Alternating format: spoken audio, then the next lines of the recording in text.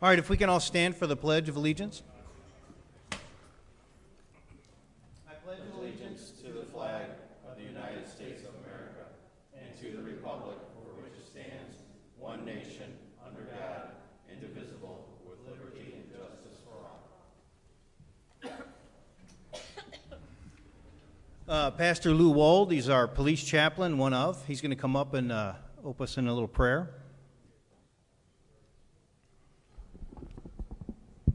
Just ask you to pray with me. Almighty God, we thank you for the many blessings in our lives. We thank you for our freedoms and our liberty. We thank you for all that you have done in our city and what you're going to do.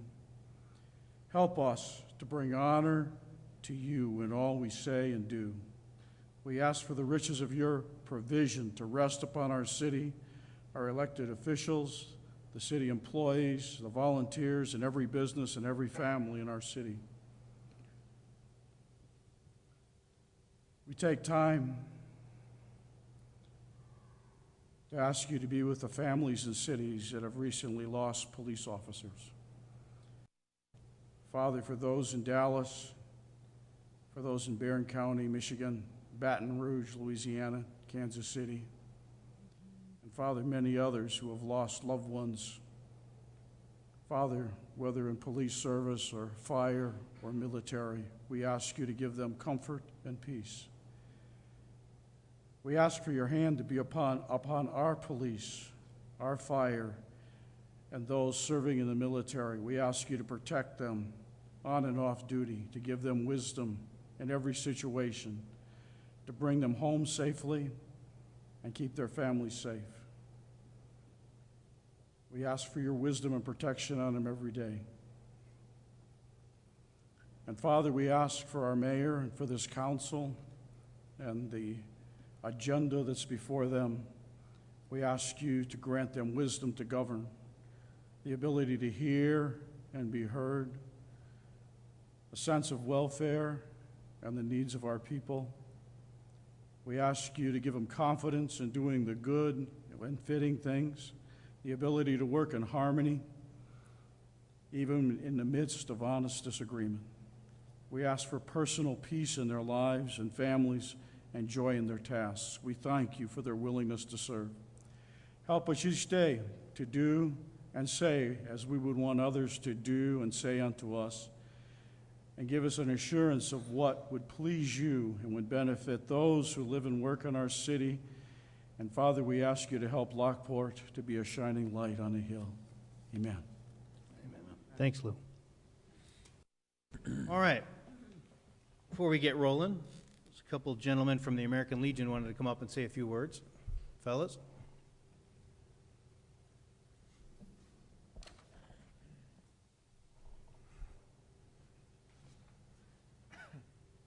Good evening.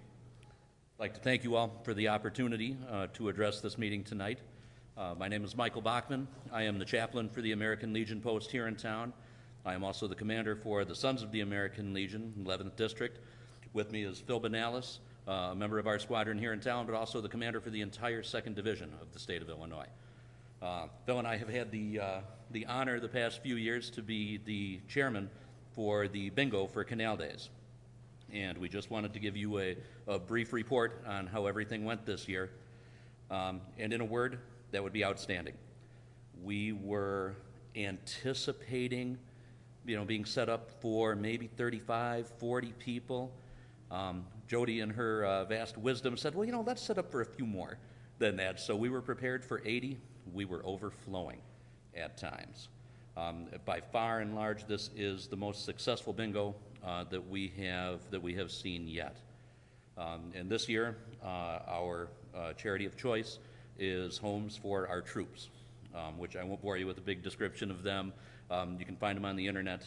They are a group that the post here in town has worked very, very closely with this past year for one of our local veterans, Captain Anthony Simone, who was severely injured while on duty and needed basically a special needs home.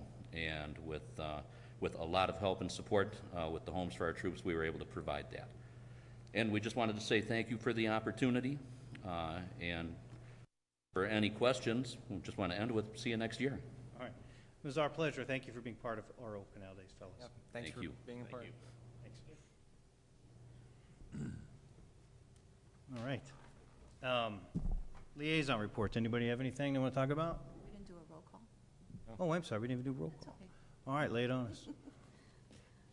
Alderman Petracos. Here. Alderman Capadona. Here. Alderman Gilogly. Here. Alderman Smith. Here. Alderman Deskin. Here. Alderman Vandermeer. Here. Alderman Peretta. Here. Alderwoman Bartleson.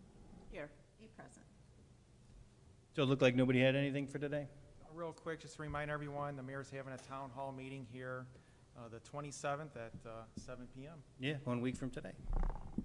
All right. I wanted to mention something. We had a TCC meeting. That's the group that's really been put together trying to talk about alleviating our chronic bridge traffic, and that's by building another bridge. The Caton Farm Bruce Road Bridge has been, talked about for many years. It's gone through many, committees and such, and a lot of planning. One of the points of contention, though, that has kind of held things up is obviously the cost, but also this, what's called the middle alignment, which is how the road connects back to 159th Street after it comes over the river and snakes its way back up. This council currently here has been not in favor of the middle alignment. We seem takes up prime real estate. It also adds a lot of money to the project that we think is unnecessary, building an entirely new road. We've been working with the TCC and the county trying to get them to connect to I-55 instead, which would give us another intersection south of the city, 355, sorry, and it would also, places for economic development, shave a lot of money off the project, maybe bring it closer to actually getting it done. We actually had a meeting with the FHWA and IDOT, and they're open to it.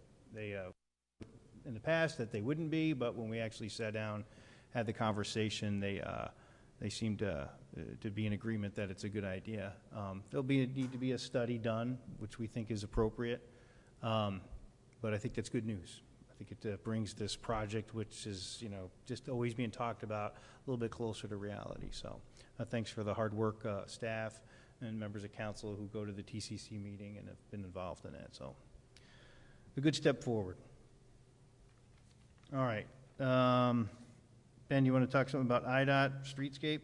Sure. Thank you, Mayor. We also had met with IDOT officials last week in regards to the downtown streetscape plan. And it's still progressing forward with bid letting in 2017. There was some questions raised by the council the last time we presented this with our last letter of intent with IDOT. We've been going back and forth with agreements with them. And the question was, would they coordinate the construction in their project? We were going to hire outside consultants and contractors to come in and do the brickwork, basically, for the streetscape plan. And IDOT actually preferred the other avenue, in which IDOT would use their contractors to do our streetscape work. So we would still have V3's design. V3 would still be contracted by us to do construction documents, and IDOT would do the oversight and coordination with those contractors.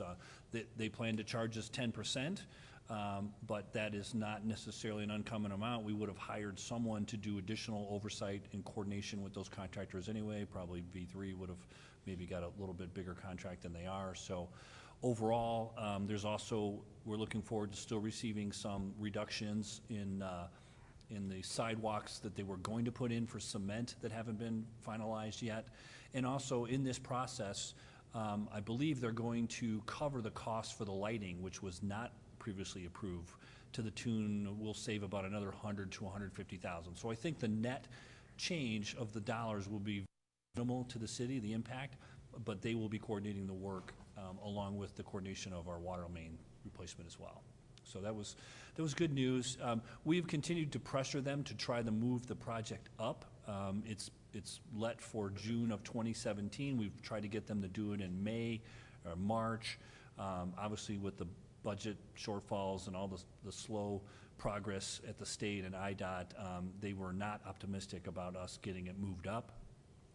They still felt optimistic by the fall that they would be able to embark on the project, and But I guess the hidden news in there means if they start in late 2017, they will not be done in 2017. So there's a potential where it'll roll over to 2018 in the disruption of the downtown. So we're still going to be communicating with them and trying to evaluate what we can. We might be able to do some minor work and coordination with NICOR to get some of these buildings prepared so that it'll go smoother by the time, just like we did with the vaults. But it was a very good meeting. I have to put praise out there to IDOT. That's not something that is said often, but they've been good to work with on this project. And I think the question Ben and I had when we were talking about this news was that, do we encourage starting it in the fall, working through the winter, finishing it at the end of 2018? Or do we, see if, hey, look, can we just start at the first clear day of 2018, if that's the case, and try to get it all done? My fear has always been that it's going to take more than a construction season, so maybe the extra few months starting in September 2017 is a good thing, but this is what we've been talking about. I don't know what your thoughts are on this. This is the first time I've heard I think, caveat when it comes to potentially waiting to trying to do it in the spring of 2018 means we would go out for bid letting in the fall or winter, and you'll get much better pricing guarantees than you will in June of 2017. So there's a potential for some cost savings. That's one theory. The impact to the downtown in one season, so if you can coordinate it all and start early spring and be done by fall, that's a great thing, but there's no guarantees. So even if you wait till spring of 2018, it could roll over to 2019. So that's why Steve and I had bantered about, we're not sure. And it'll probably be a final IDOT decision. We can request our preferences, but at the end of the day, they'll be letting us know when they embark. I guess my question would be, do we still have an open dialogue with them, even though IDOT's involved? Would we still be a little bit involved? And yeah, we're going to be bringing back another letter of intent. They would like to probably have us sign a contract in September this year in regards to what the process forward will be. I think we had a lot of questions still for them. They had questions of us. We had a great meeting. And so I'm waiting for the meeting notes and the response, formal response in writing from IDOT in regards to the counter offer to change. So, yeah, we'll be bringing back some more documents for you to approve. I guess my only concern with starting in September would be, how much would be ripped up over the winter when no work would be done, and would it prolong a negative impact upon the businesses? And don't forget our coordination of water mains, and I don't, know about what parts would be done when. So, yeah, those are all things to still kind of dialogue with them to maybe come to a consensus together that maybe it's better to wait till 2018.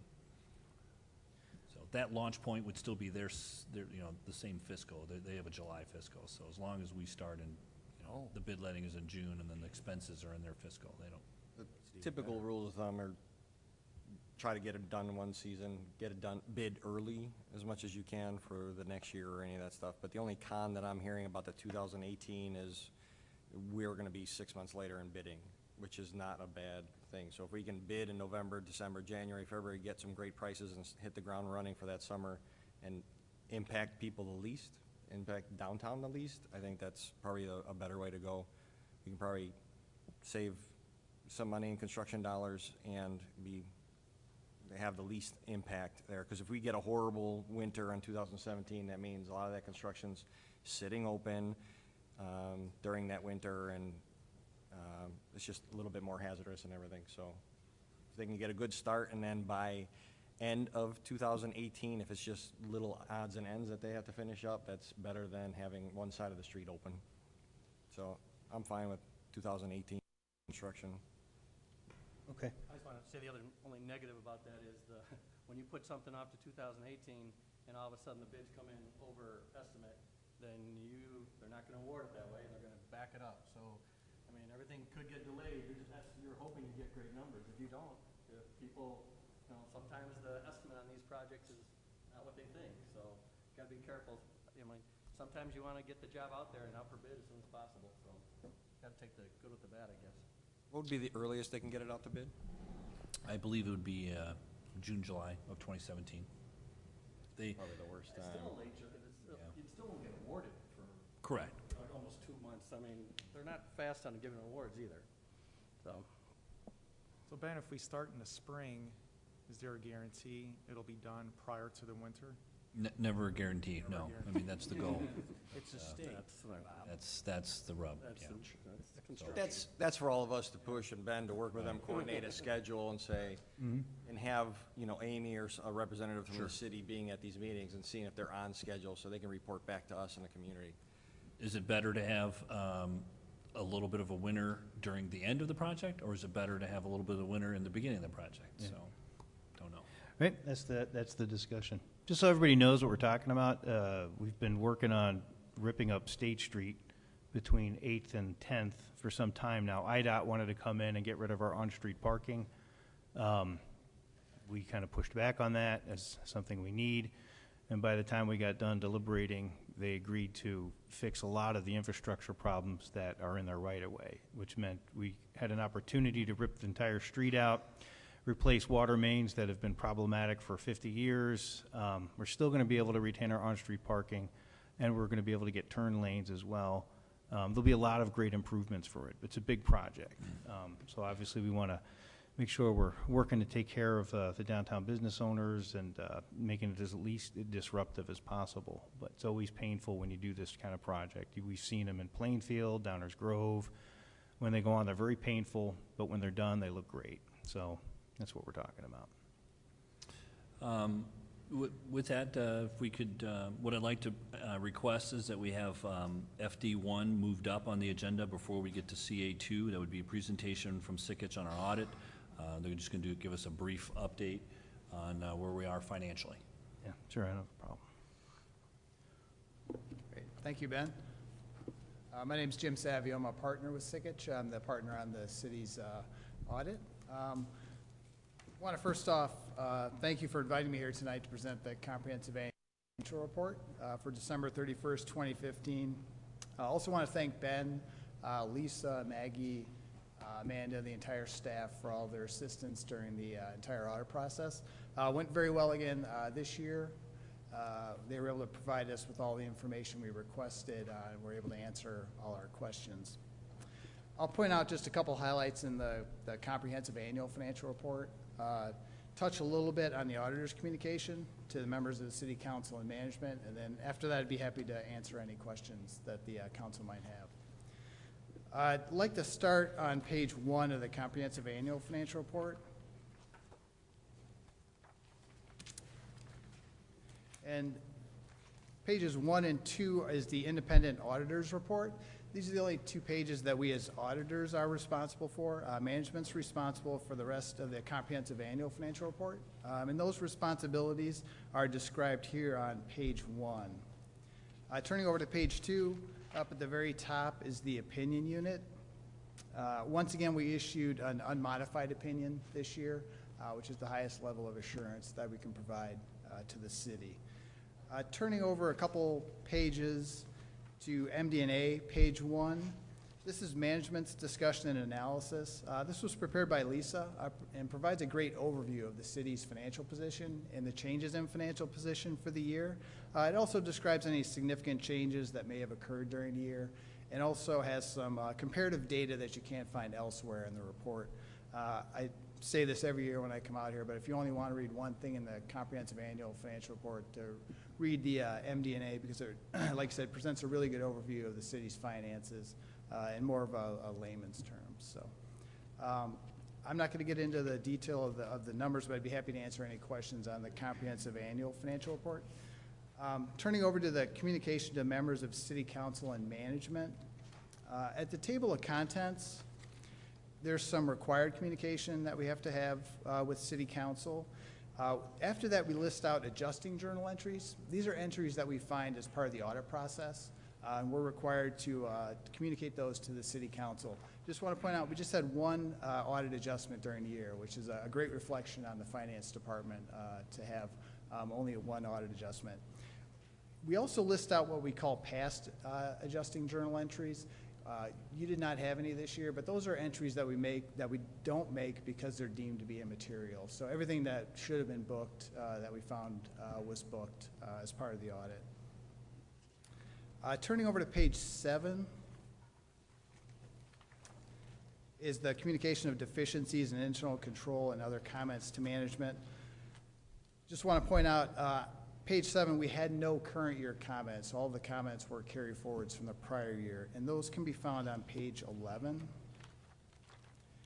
And we had 2 significant deficiencies, one from the prior year. One was implemented this year, and the other is in the process of being implemented, compensated absences. That is in the process right now. And turning over to page 12, we had a deficiency from the prior year that's also in the process of being addressed. And finally, one other comment is what we communicate every year, but the bill-to-pump ratio for water. And you can see this year, compared to the short year, December 31st, 2014, bill-to-pump was again about 70%. So you'd like, you know, best case scenario, that'd be a little bit higher, at least in the 80% range. And with that, I'd be happy to answer any questions that the council may have. Question on the bill-to-pump ratio. This is pretty interesting. What is what's a best in class? You know, what is this measurement relative to other? Well, I mean, best case would be 90% or above, but with, you know, older communities with a lot of older infrastructure, I think that's probably not a realistic goal. So probably, you know, closer to 80% would probably be a better range. But like I said, with really older communities with a lot of older water mains, sometimes that's even hard to achieve. This is something that's going to get addressed here shortly. There's a water audit that's going on. We were in contact with Chris Allen from Strand, and he was telling me that there's some things that we can do internally to help with that. So city facilities aren't being metered for the water that we use, including the treatment plants. So it's using a lot of water that is not being added to the build. So we're going to start billing the city. And I asked him if we could start that so we can budget for it for 2017. So that's going to help this number out tremendously as we're moving forward for all those things like fire hydrant use that doesn't get metered and doesn't get billed out. So it's kind of inflating some revenues and some expenses out there, but it's a way to address that we're really showing what's being billed. Yeah. Okay. Anybody else? All right. Great. Thank you. Appreciate the update. Thanks.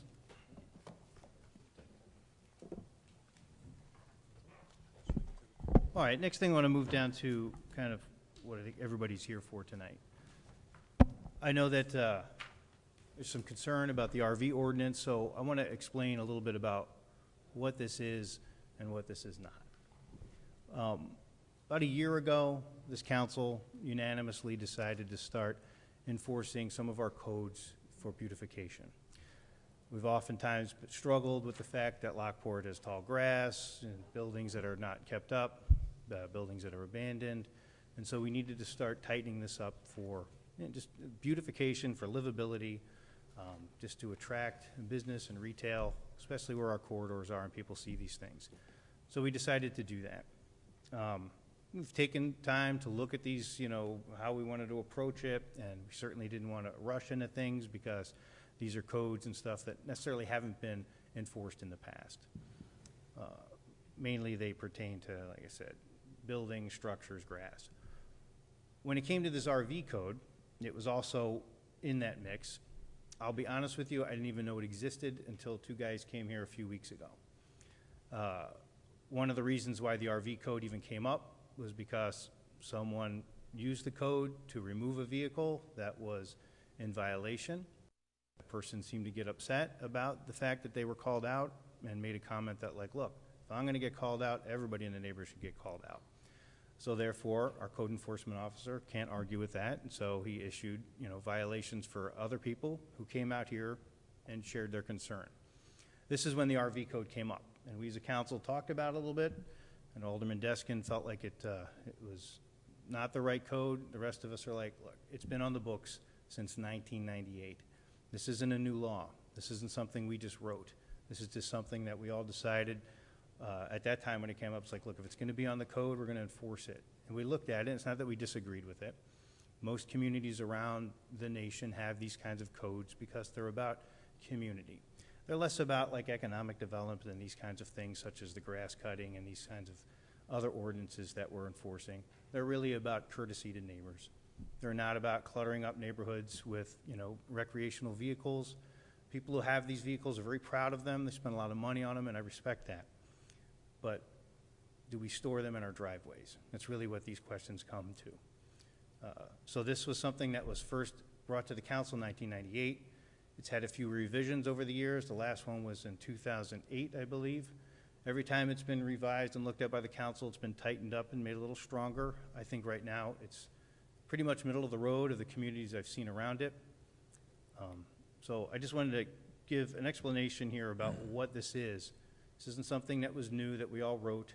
This isn't something that we did because we thought, oh, let's get a revenue generator. It was just part of the overall codes of beautification and cleaning things up, and it was in that mix. Now, I understand there's concerns about how it affects people and if it's appropriate or not. I'm certainly here to listen. We're all here to listen respectfully. So I have a number of cards for folks. The way our cards work when we do public speaking is that we have 5 minutes. A person can come up and speak for 5 minutes. We have a number of people here, so I want to stick to that time frame. And then afterwards, we listen. We're going to go up here to the council. We'll all hear our thoughts. I'm not here for cross debate. I want to listen to everybody's voices individually here. If we have to talk again after that, we'll go back through the row. So first person I have here is Mr. Justice. Why don't you come on up and speak?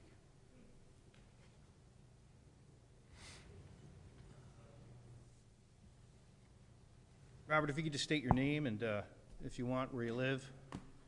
Robert Jostes, Jostes, 724 Reef Road, Lockport. All set? Yep. First of all, I'd like to thank those who responded to my email. I really did appreciate the call back, or even the people that stopped over at my house. I really did appreciate that. I'm here tonight to speak to you about an ordinance which in part deals with recreational vehicles parked in a residential district.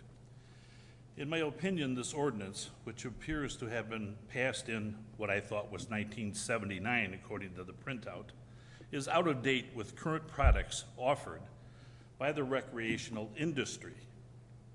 The size and length of the restrictions and regulations contained in this ordinance conflict with what is allowed under the Illinois rules of the road. I am interested in keeping my property clean and neat and have invested a considerable amount of money to park and store my trailer in a safe area on my property since 1978. I have tried very hard to be considerate of my neighbors. I am here to ask for your consideration in halting this aggressive enforcement, and it's a sheet, of this outdated ordinance. I am also here to offer a solution to the problem. I am willing to serve on a citizen committee with you, staff, to update the current ordinance. As a recreational vehicle owner and a retired Lockport Administrative Police Lieutenant, I believe I can relate to both citizen and city concerns. Please take me up on my offer. Thank you. Any questions? I guess just real quick, Robert, if I understand your concern is you feel like these RVs are made larger today, and so you feel like the restrictions that these needs to be expanded to allow larger campers? Yes and yes. Okay. They are much larger. I have a brochure from my trailer, which is from the Jayco, and I can show you what trailers, regular travel trailers are and what fifth wheels are. And that's what I really was getting at with this particular willingness to serve on a committee, is to let you know what the difference is. I really don't think most of you know what the difference is. And I think once you were enlightened. The difference between a smaller camper and a larger camper, or a difference between a fifth wheel? A travel trailer, a fifth wheel, and a motorhome. There's a big difference in the way they're constructed, which means there's a big difference in height. Okay. Okay? All right, thanks, Robert, I appreciate it. Thank you very much. All right, next card I got is Susan. Want to come up, Stetch?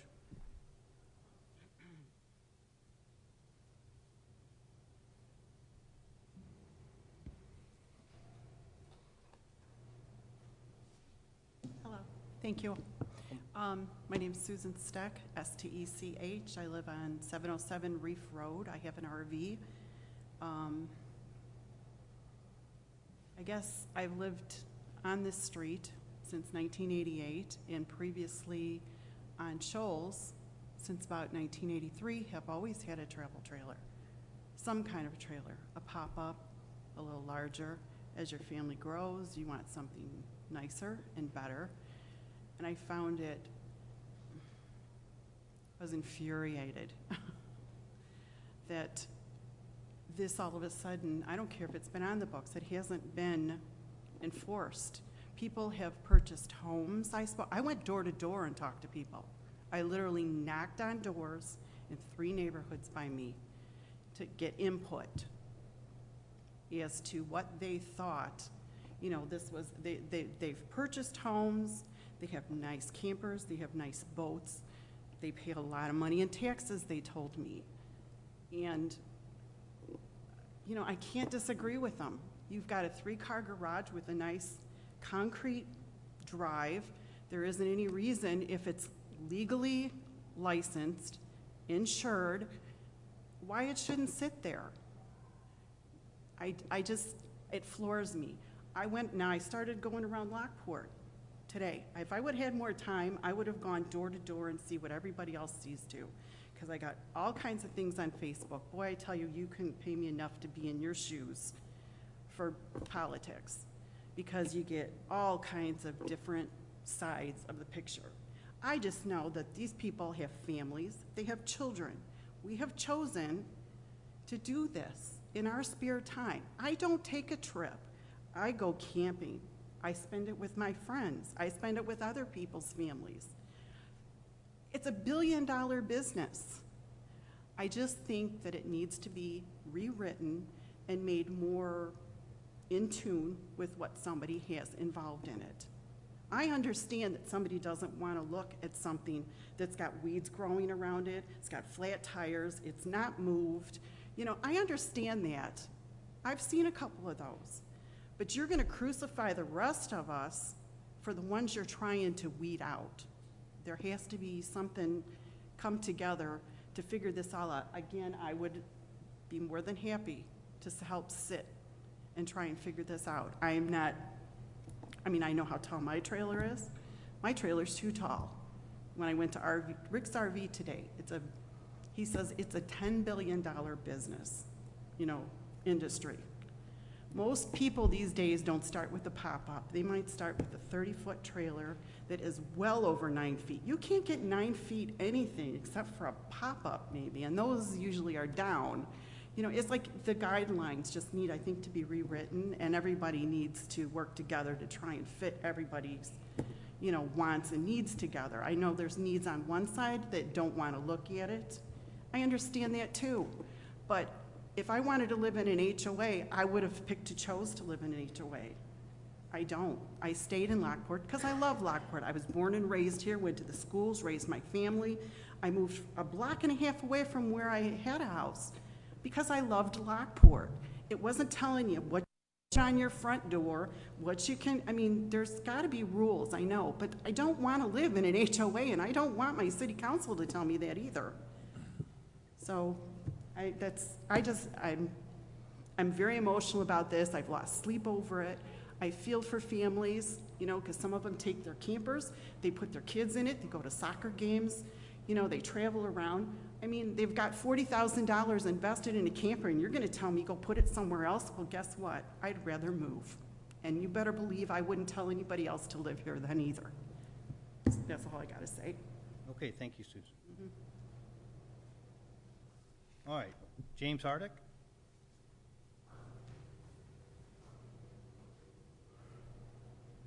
Thank you for the opportunity to address the council. I've lived in Lockport for 11 years. I've had an RV in my driveway the entire time. I've reviewed with my neighbors. There's no issues. I pay taxes. This shouldn't be an issue. The code basically says that if you live in a residential area, I guess we have to determine what a residential area is. I live at 570 East 13th Street. Directly across the street from me is Sizzle's Restaurant. It's frustrating having the lights shine in my backyard all night long from their spotlights that are there to protect their business. Frustrating, but I don't say anything, I don't complain, I'm okay with it. The statute, when I read it, included passenger vehicles exceeding a 12-person capacity and buses or any other kind of trailer or motor vehicle shall not exceed 9 feet in height. So, my question is the city of Lockport planning on moving their bus terminal at the corner of Division and Farrell? Can anybody answer me that? I'm not responsible for the school district. They're their own taxing body. Okay, so you're gonna start finding them to move their buses? You can certainly Chief. ask the question. So, You can't, they're a state entity. And they're not residential. yeah, it's not a residential piece of property is the thing. And you're saying mine is directly across the street from a business? You live on a residential lot, so yes. I live directly on 9th Street. It's very busy with traffic. I can complain about it, but I bought my house there. If you buy your house. I bought my across house from a there too. business- When the last RV I had in my driveway that unfortunately was a total loss, when I chose to replace it, one of the reasons I chose to replace it is due to the fact that I was not aware of a rule on the books. Sure. I paid $40,000 for a Class A RV. James, I completely understand that you didn't know. I'm not pretty saying that frustrated. people are, there's one or two reasons people are parking their RVs. Either they didn't know about the ordinance, which is understandable, or two, they've been parking it, they knew about it, but nobody's ever said anything, so it's just kind of like, I don't think anybody cares. So those are probably the two reasons why people park. I'm a claims adjuster for Progressive Insurance. I specialize in boats, motorcycles, and RVs. The RV industry is up 70% in the last year. Progressive's business is up 70% in the last year for RVs. I drive to people's houses all day long looking at their RVs, so you can't tell me that every village and every city in the area has this RV law on the books. I called the storage facility to check to see what the cost of storing my RV is. At least $1,500 a year. Would I be willing to pay the city of Lockport $100, $200 for an RV tag to park it in my driveway? Yes. That's all I have to say. And you could ticket me, and I'll see you in court. All right, thank you, James. All right, Charles, I think?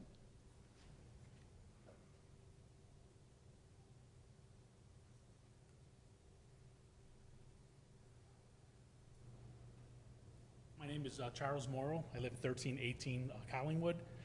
Sound like a broken record, it's the same thing everybody's talking about, so I won't go on and on. We've had our trailer on a slab to the back, side of the house, going on 10, 11 years, never an issue. I know what you're saying about the ordinance. I guess what gets me was, frustrating is I am well within all the qualifications to be good there, except for an air conditioner box as big as this podium puts me 4 inches over my height. And because of that, I'm gonna have to move it, pay some place to store it, and you want to up and go somewhere with the kids, and it's like, well, hold on, got to make sure the place is open. I got to go get the camper. I'm gonna have to bring it home. I'm gonna have to back it in, load it up, as opposed to it's right there. You hitch it up, off you go. So that's just the main reason I'm here. So, like I said, I'll be brief, and thanks for hearing me out. Okay, all right, thanks, Charles. All right, Brian?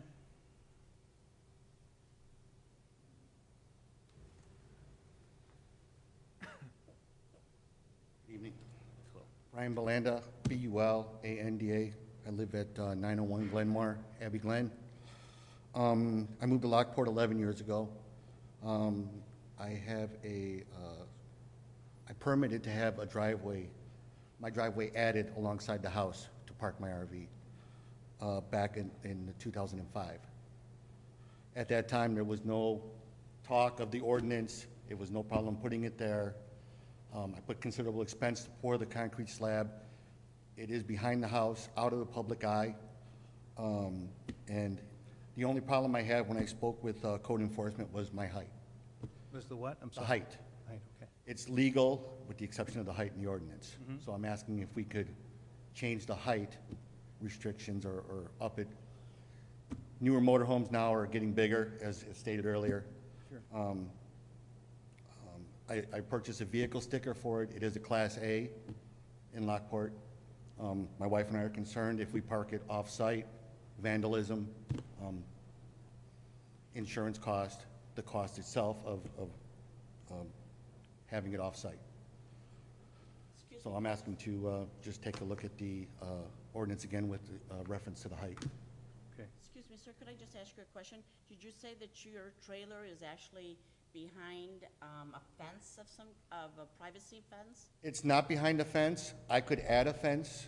It would still be behind the property that would block it. So you're far enough back at the majority of the back of your home where if you did put a privacy fence, it would be hidden?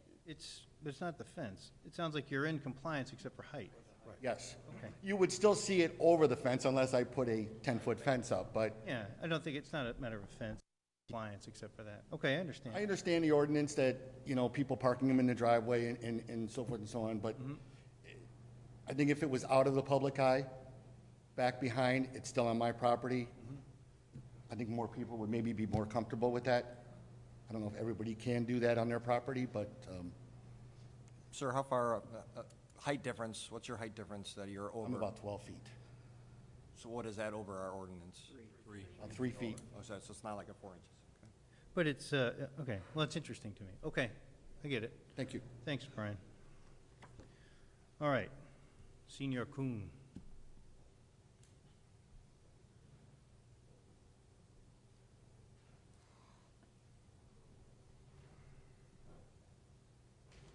Yes, Art Kuhn, 535 East 10th Street, born and raised in this town.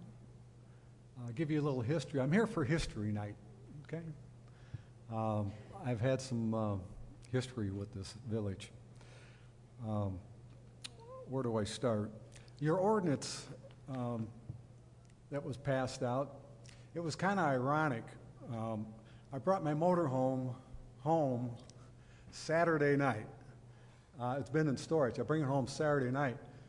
Monday morning, I got this hanging in my door. And anyway, I served on the city council for 4 years, back in the early 90s. I served with Mr. Smith over here at the tail end of it. Prior to that, with the auxiliary police for 4 years, and then after my failure to become mayor of this great city, in my failed attempt, I ended up on the zoning board of appeals for about 5 or 6 years. I've got a lot of background in retrospect with what took place with zoning and how all this transpired, okay? I ran a business in downtown Lockport for 22 years, and I was in the middle of all this when this was getting adopted, okay? And it was a knee-jerk reaction to a situation that was going on in this city, because if anybody knows the Kegwin farm out here, east of town, which is now Broken Arrow, Vince Solano comes to the city of Lockport, sells us a bill of goods, but we don't have any zoning that could take care of, we didn't have the ordinances, the building codes, the whatevers to do what we needed to do out there. We didn't have the sewer, we didn't have the water, we didn't have the money. And Vince says, hey, I'll annex to Joliet. Oh, wait a minute, we got to work this out. Not me, now this is prior to me getting on. Don't blame me for this, okay? So anyway, so that's what happened. So they go to Buffalo Grove and they pay the village up there 15 grand so that they can take their ordinance books like this and they scratch out Buffalo Grove and they print in the city of Lockport. Well, that's like taking a child's toy and you got round holes with square pegs and trying to stick them together. And guess what? It doesn't work.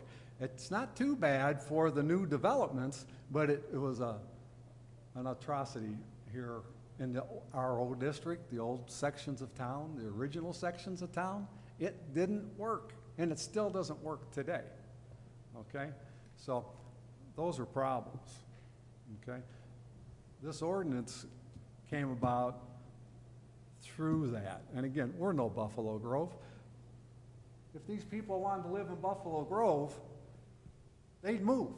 But we don't want to be in Buffalo Grove. I'm 6 generations here. My grandkids, 8 generations in this town. That takes us way back, okay? We want to live in Lockport. We love Lockport.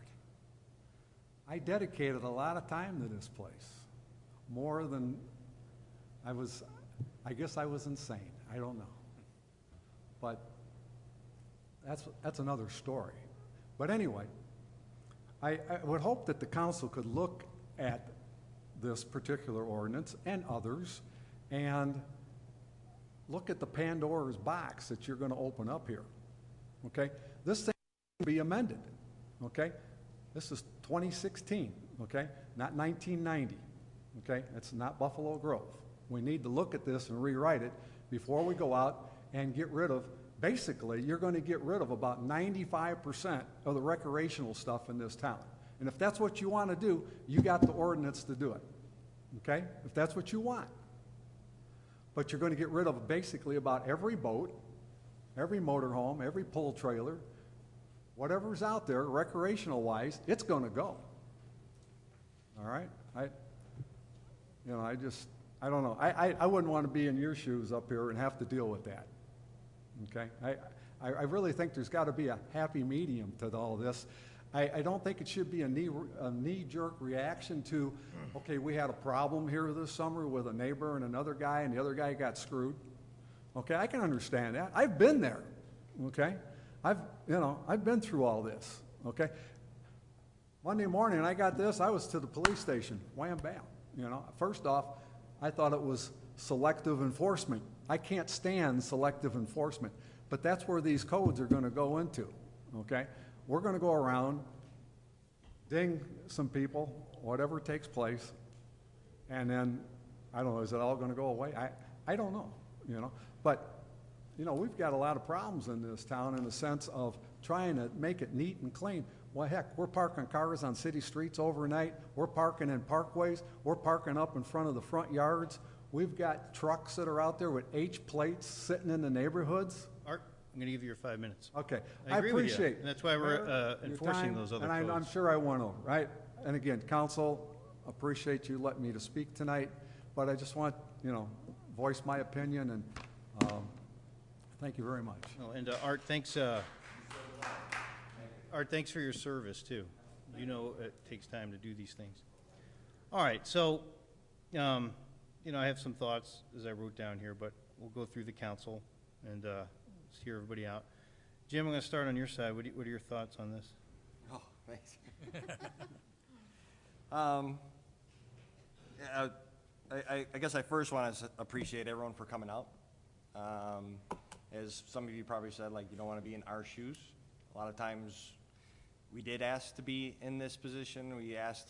Some of us were asked to be in this position to kind of speak on behalf of our communities, coming out and doing some of this stuff. And there are some times when there's just a couple reporters sitting in here and nobody else cares, because we're talking about policies and rules and budgets and so forth, right? It's a lot of mundane things. I wish there were a lot more people coming out here and supporting us doing a lot of those other things and making sure that Lockport's great, right? Everything we're doing up here is trying to make Lockport great. But I understand where everyone's coming from. This topic is supposed to be, right, it started as city pride, right? It's an effort that the new board, now since I've been on it, we're trying to clean up a lot of things. We've done a lot of policies and procedures with the town, and some of you may know that, some of you may not, but I want to make sure that everyone knows that. We're passed some purchasing policies, ethics policies, and so forth, new development policies. So we're in a very great momentum right now to kind of get a lot of things going in the city in terms of development and so forth. Joanne's been spearheading a lot of the, cleaning up, the trees. Somebody mentioned here, trees and weeds and grass and so forth, right? Those are all little bits of the whole picture. And every time you go to a town hall, right, and you talk to the mayor's always talking about there's a lot of pieces to that puzzle. RVs is just a piece of that, right? It's a piece of what's actually going on when we're doing this.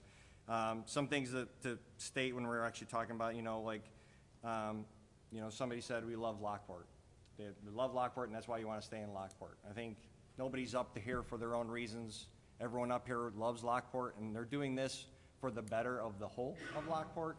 And there's probably some people there that probably have long grass, probably want to keep long grass, don't want to cut it every week. But that's not Lockport pride, that's not maintaining, we've got a lot of procedures and policies for that too, the property maintenance codes. This code has been in effect for a long time. So I have to admit, there's probably some people, as the mayor stated, that probably knew about this, probably shut one eye and said, let me take that gamble, let me have the RV here and let's see what's there. I understand some people probably have 4 inches, right? That's nominal, we can figure that out if something has to happen with, the 4 inches that's there. And again, if this takes more time to look at it and so forth, but it's not a knee-jerk reaction. This is part of something that's been here for a long time.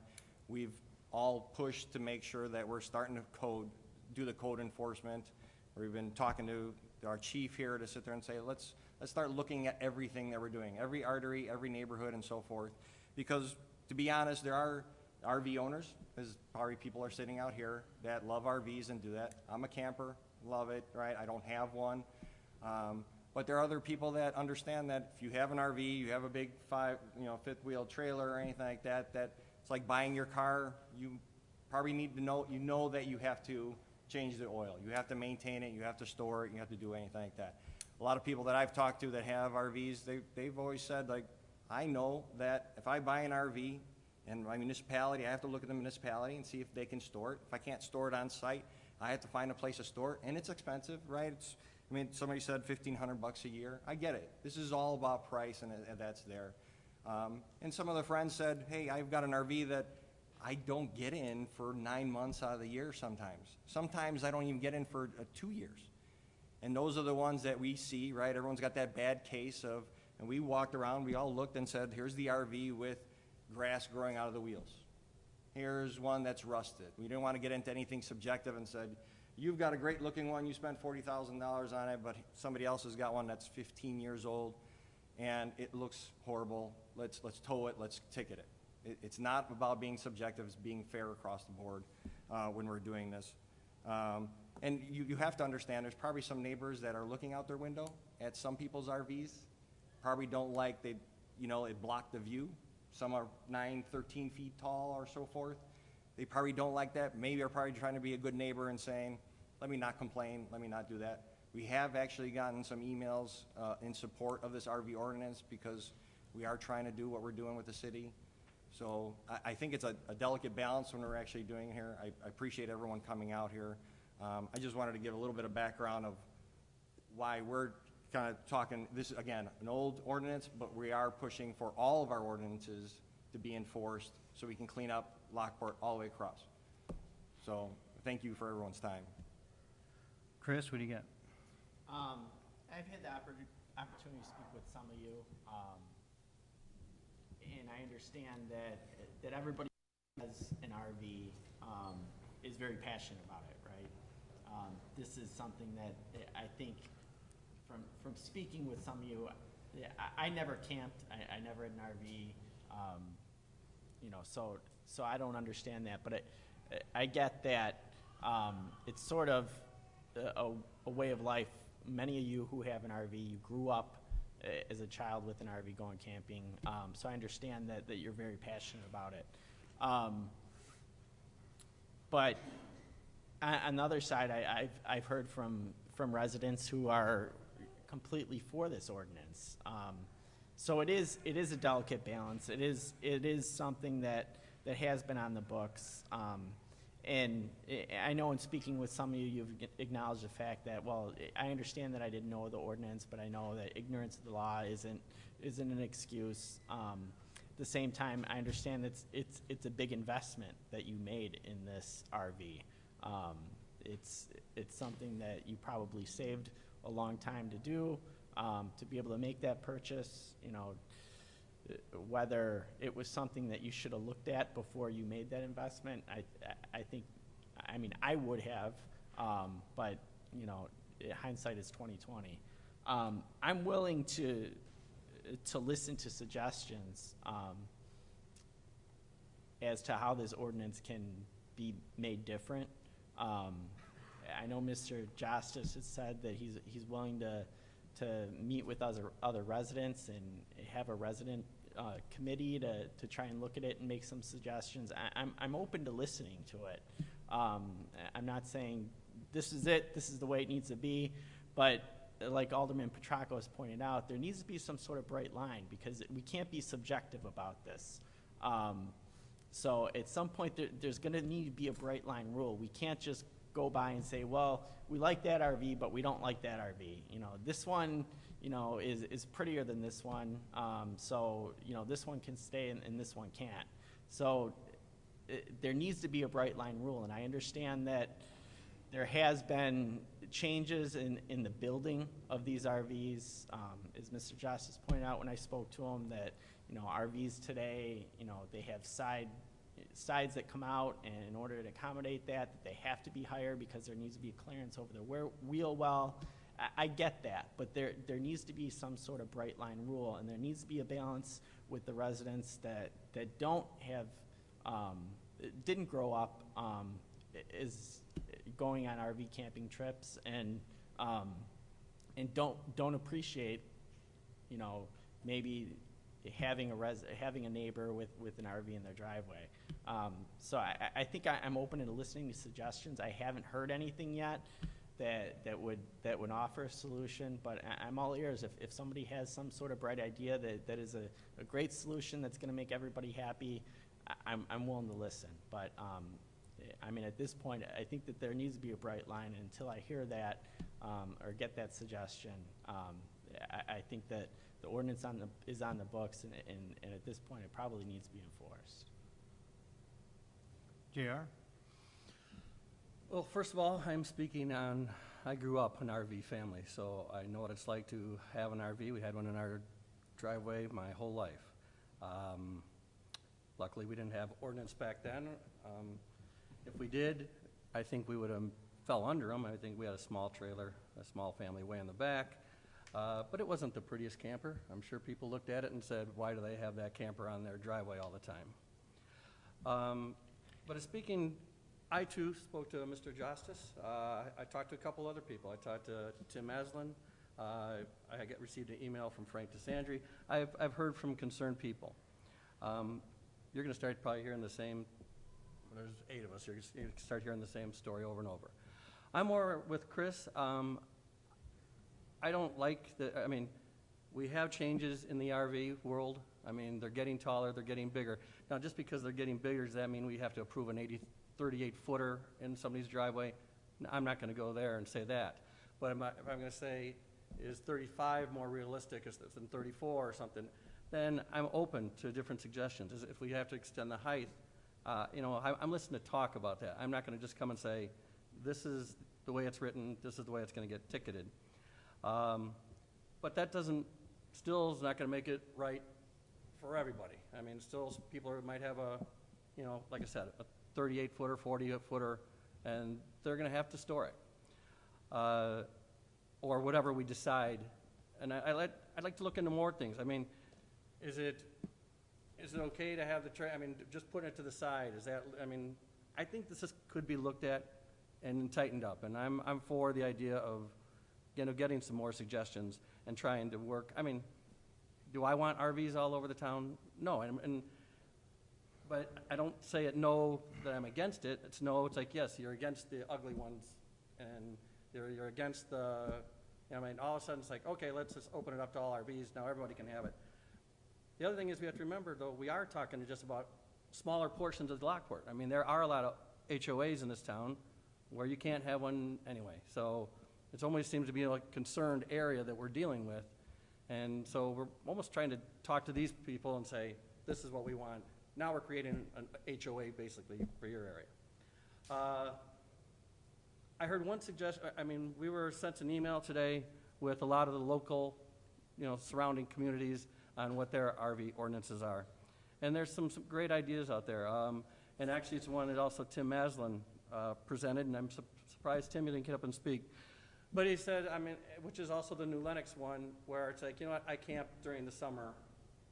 Would the council consider maybe having a Memorial 1st to Labor Day, you know, Memorial Day to Labor Day, I can park my camper then, and then I'll store it the other days, because I really don't use it during the winter, and I'm not sure how many people store it or use it during the winter. I don't know how many people that would make happy.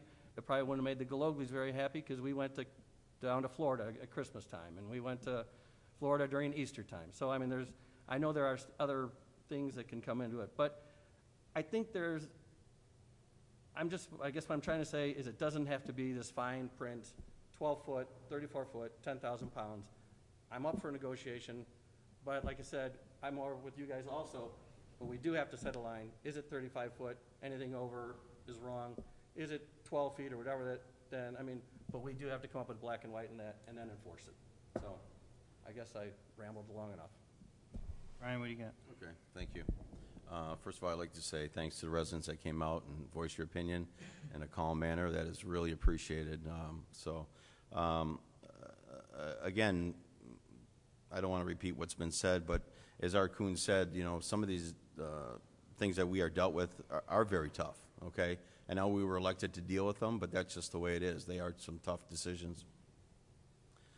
So also what I want to add is some of the things I've already talked about, but again, we need some clear direction on what we do want to do. I have seen some campers around town. Some look like absolutely beautiful. It's amazing how nice their camper is and how well they take care of them.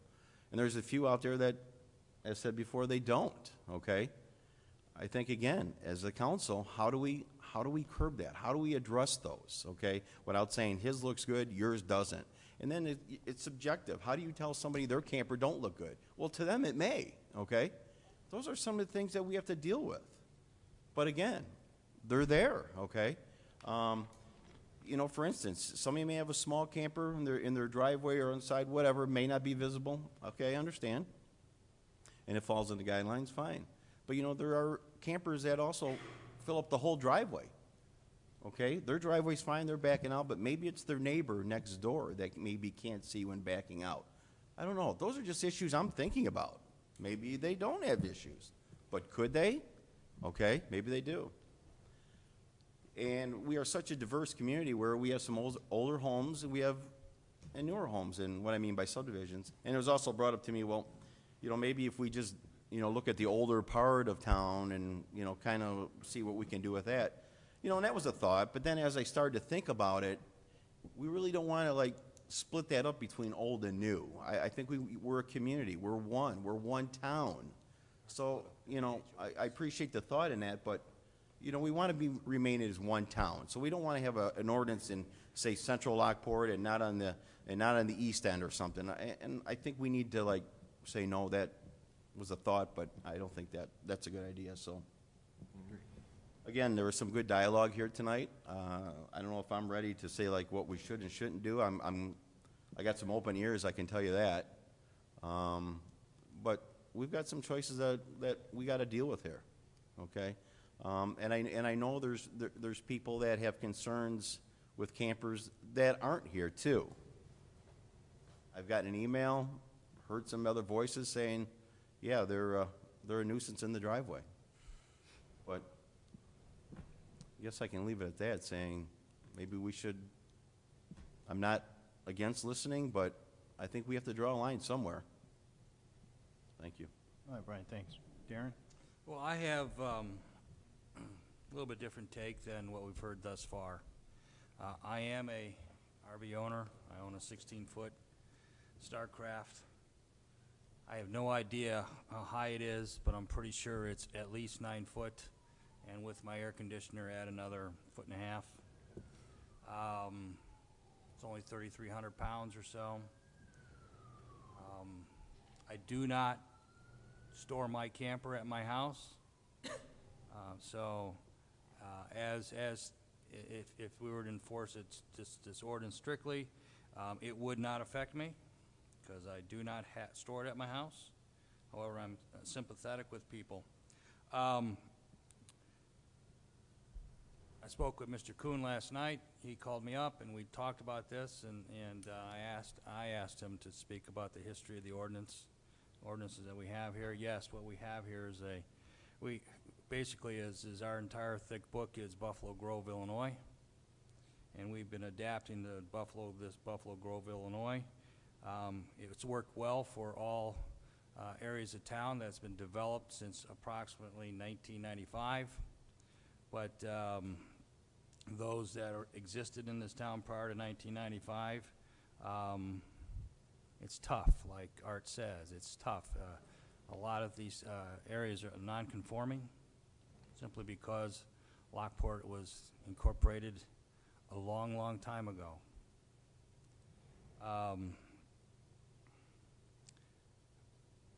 It is true that the RVs of 1990 are not the RVs of today.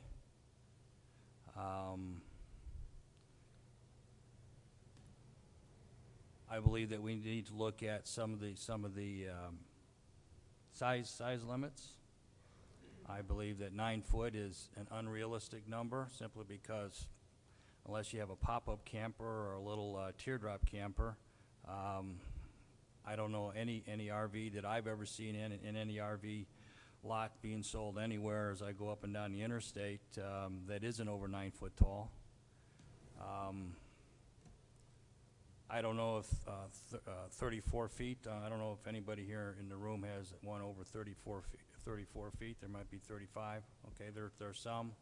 But there is a limit. I mean, every campground that I've ever looked at, they have a limit of, I think it's 40 feet is the limit for the trailer. It's allowed on the campsites, and so I doubt that anybody is really purchasing especially a one that's being pulled by a truck, maybe even a fifth wheel, that's going to be longer than 40 feet. I have no idea.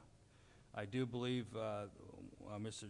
Justice's suggestion of having a citizens committee go ahead and address some of these things, actually go ahead and bring this ordinance more in line with 2016 rather than 1990 or even 2008.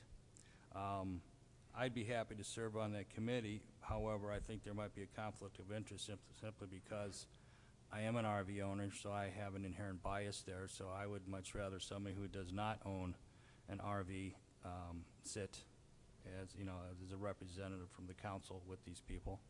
Because I don't have to be educated. I think that there's some good compromises to bring this ordinance up to date. Remember, our ordinance book really is it's a living document, and it's not a dead document. And here it is. And we are adapting and we're updating and bringing it to current in 2016, and who knows, in 10 years we may need to go ahead and who's ever sitting up here, I won't be, but who's ever sitting up here in 10 years or so, they'll have to go ahead and address the issues for 2026 instead of 2016. So I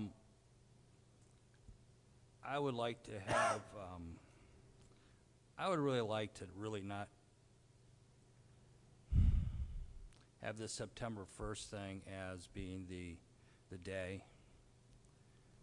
I really would like to have is if we can agree to have a committee where Mr. Justice could chair or whatever, and over the next few months and bring us something for next camping season. Camping season isn't May Memorial Day to Labor Day. I'll be camping down in Southern Illinois Columbus Day weekend. So I think that's a reasonable thing for right now. But I don't want campers or trailers or trucks or anything else that are up on blocks, and I don't want them with trees growing out of the tongues, and I don't want unlicensed campers, and I don't think any of the other RV owners in this room do either. There is a distinction between a vehicle, which could include an RV that has an expired 1998 tag and a 6-inch diameter tree growing out of the tongue, and a $60,000 camper that I see people going out and polishing and waxing every other week. There is a distinction. So I just hope that for right now, we can just use a little discretion, agree to a citizens type of committee, and however many people we have on that could be discussed over next week or so, and maybe Mr. Justice could come in and meet with our city administrator and the mayor or whomever, our community development director, and really go ahead and come up with something that is appropriate for today instead of 1990. Thanks, Darren. Jason? Thanks. So I don't think there's much new to be said here, right? I did actually want to stop before I even give my opinion, kind of actually thank all of you that came out, right? It's, in my opinion, rare that we have something that, I don't know how many people are here, 25 people show up for, and it's a productive discussion. It's usually everybody's so mad, it doesn't go well. I think this has actually been a productive discussion. And, you know, I sense kind of some understanding on both sides, and I think we could probably work something out. You know, I don't know if everybody will be happy with the end goal, but I think there's probably some common ground that we can find. So I definitely appreciate that. My overarching thought here is there's an ordinance on the books. It has to be enforced. However, like Alderman Deskin said, we've got to make sure that that ordinance is what we want. So first and foremost, right, if this is going to be something that we work on and talk about, I think maybe September 1st doesn't end up being the right date to do enforcement. Whenever we finalize what we want the ordinance to be, we're going to have to enforce it. But as for now, I think we're all going to kind of open discussion. So I'm definitely in favor of postponing any enforcement, at least until we agree to what the rules are. You know, Art, I think you had a couple of very good comments, right? You felt like at first you were worried that it might have been selective enforcement. You were really mad, right? And unfortunately, that's what the city has had for, I don't even know how many years, 15 years. That's what we can't have, right? So whatever the ordinance is, like other aldermen have said, I think it needs to be black and white. We're going to follow it. Some of your campers that are not allowed now in RVs may be allowed, may not be allowed, I don't know. But we can't put the police department in code enforcement in a position where they're determining what's good and bad. In what I said to Ben when I talked to him on the phone is, we can't legislate judgment, right? It just needs to be what's permissible, what's not permissible. And I think there's probably some room there to sort of find a common ground of what works. I also got the email from Mr. Justice. I heard that he had talked to a few people and was coming tonight, so I didn't call him back. But I did drive by, and I'll tell you, Reef Road in that area probably has the highest concentration of campers, RVs, whatever, recreational vehicles in the city. My opinion is that Mr. Justice's looked fine. It's kind of on the side of the house, in front of the garage. It was by no means an eyesore. But even as you drive through that neighborhood, there are some that look better than others, and we've got to figure out what are we okay with and what are we not okay with. You know, if it's some sort of citizen board where there's some discussion and a recommendation that comes before us, I'm okay with that. I think that actually makes a lot of sense. One thing I will say, though, is I've heard a couple of times before today and today that RVs have changed since the 1990s. That's fine. They've gotten better. I've done a little bit of time in pop-up campers when I was younger. I have a friend who has a very nice RV now that I think, you know, he takes his family out and enjoys it, not in Lockport, and that's great. RVs have gotten a lot better. That doesn't necessarily mean we have to change our ordinance to fit all current RVs, though, either, right? And so I think we've just got to sort of figure this out. You know, we're just giving individual opinions now, so that's kind of mine, but I sense that's the way that this is going. But Alderman Deskin's idea of, you know, and I understand, you know, we can't let code enforcement just make their own decisions. So we had a couple of issues. They've got to address it. They addressed it. They put a September 1st date on for everybody. But I do think that maybe we consider postponing that date, you know, whatever time frame it determines to where we get an ordinance that we're all comfortable with. We set that in place. We give a reasonable amount of time to make sure everybody is within compliance. And again, I only drove past Mr. Justice's individually. I saw a bunch of other RVs. I don't know your individual, everybody here, if their RVs are appropriate or not. What we settle on may or may not, your RV may or may not be appropriate. I don't know. But I do think that we need something. Nobody wants the bad ones in town, but we just need to set some ground rules, figure out what it is, and have an open discussion, and then enforce it. It's a little bit of a tangent, but just so residents know, this is not the only ordinance that we're worried about. I've sent a couple other emails. My position is always, if we have an ordinance on the book, we have to enforce it. We can figure out what makes sense. We've got to be fair. I'm not telling people to go write really expensive tickets and fine residents. That's not my goal. But if we've taken the time to put an ordinance on the books, that's how we're supposed to be. Whatever the ordinance is related to, that's what we're supposed to comply with. Then I think we need to enforce it. If we're not going to enforce an ordinance, or we don't think an ordinance is right, then as Alderman Deskin said, it can be a living, breathing document. We can change it. We can get rid of them. But this is not the only ordinance. I know this is the main one that has impacted the folks in the room. But my position is always going to be, we have to enforce the ordinances that are on the books. In this case, I think we can maybe take a look at it and just make sure what we have on the books makes sense. Thanks, Jason. Bob? All right, thank you. Appreciate our discussion the other day, Mr. Justice. I appreciate the education that you gave me. I had no idea there's so many different varieties of RVs, campers, pop-ups, and what have you. Something that really struck me with our conversation was, and I didn't even consider this or realize this, was the added expense some of the homeowners actually put into their property to accommodate their campers and RVs. For example, some residents added a side driveway so they could accommodate their campers on the side of their home. That was an added expense. In Mr. Justice's case, he had an additional garage that he added, and along with that, he ran a 60-amp wire so he could plug in his trailer so it could be fully charged on a consistent basis. So I think that's something that we may have forgotten about, that there was an additional expense, whether the homeowner realized there was an ordinance or not, because let's say they did know the ordinance was there, but we never enforced it. And it's like, oh, they never enforced it, so I'm just going to go ahead and put on these additional expenses. Or maybe they didn't realize there was an ordinance in place and they added the additional expense. So now we're telling them, it's like, well, now you got a storage. I took the opportunity the other night to research some as far as what would it cost to store, and it's based on size.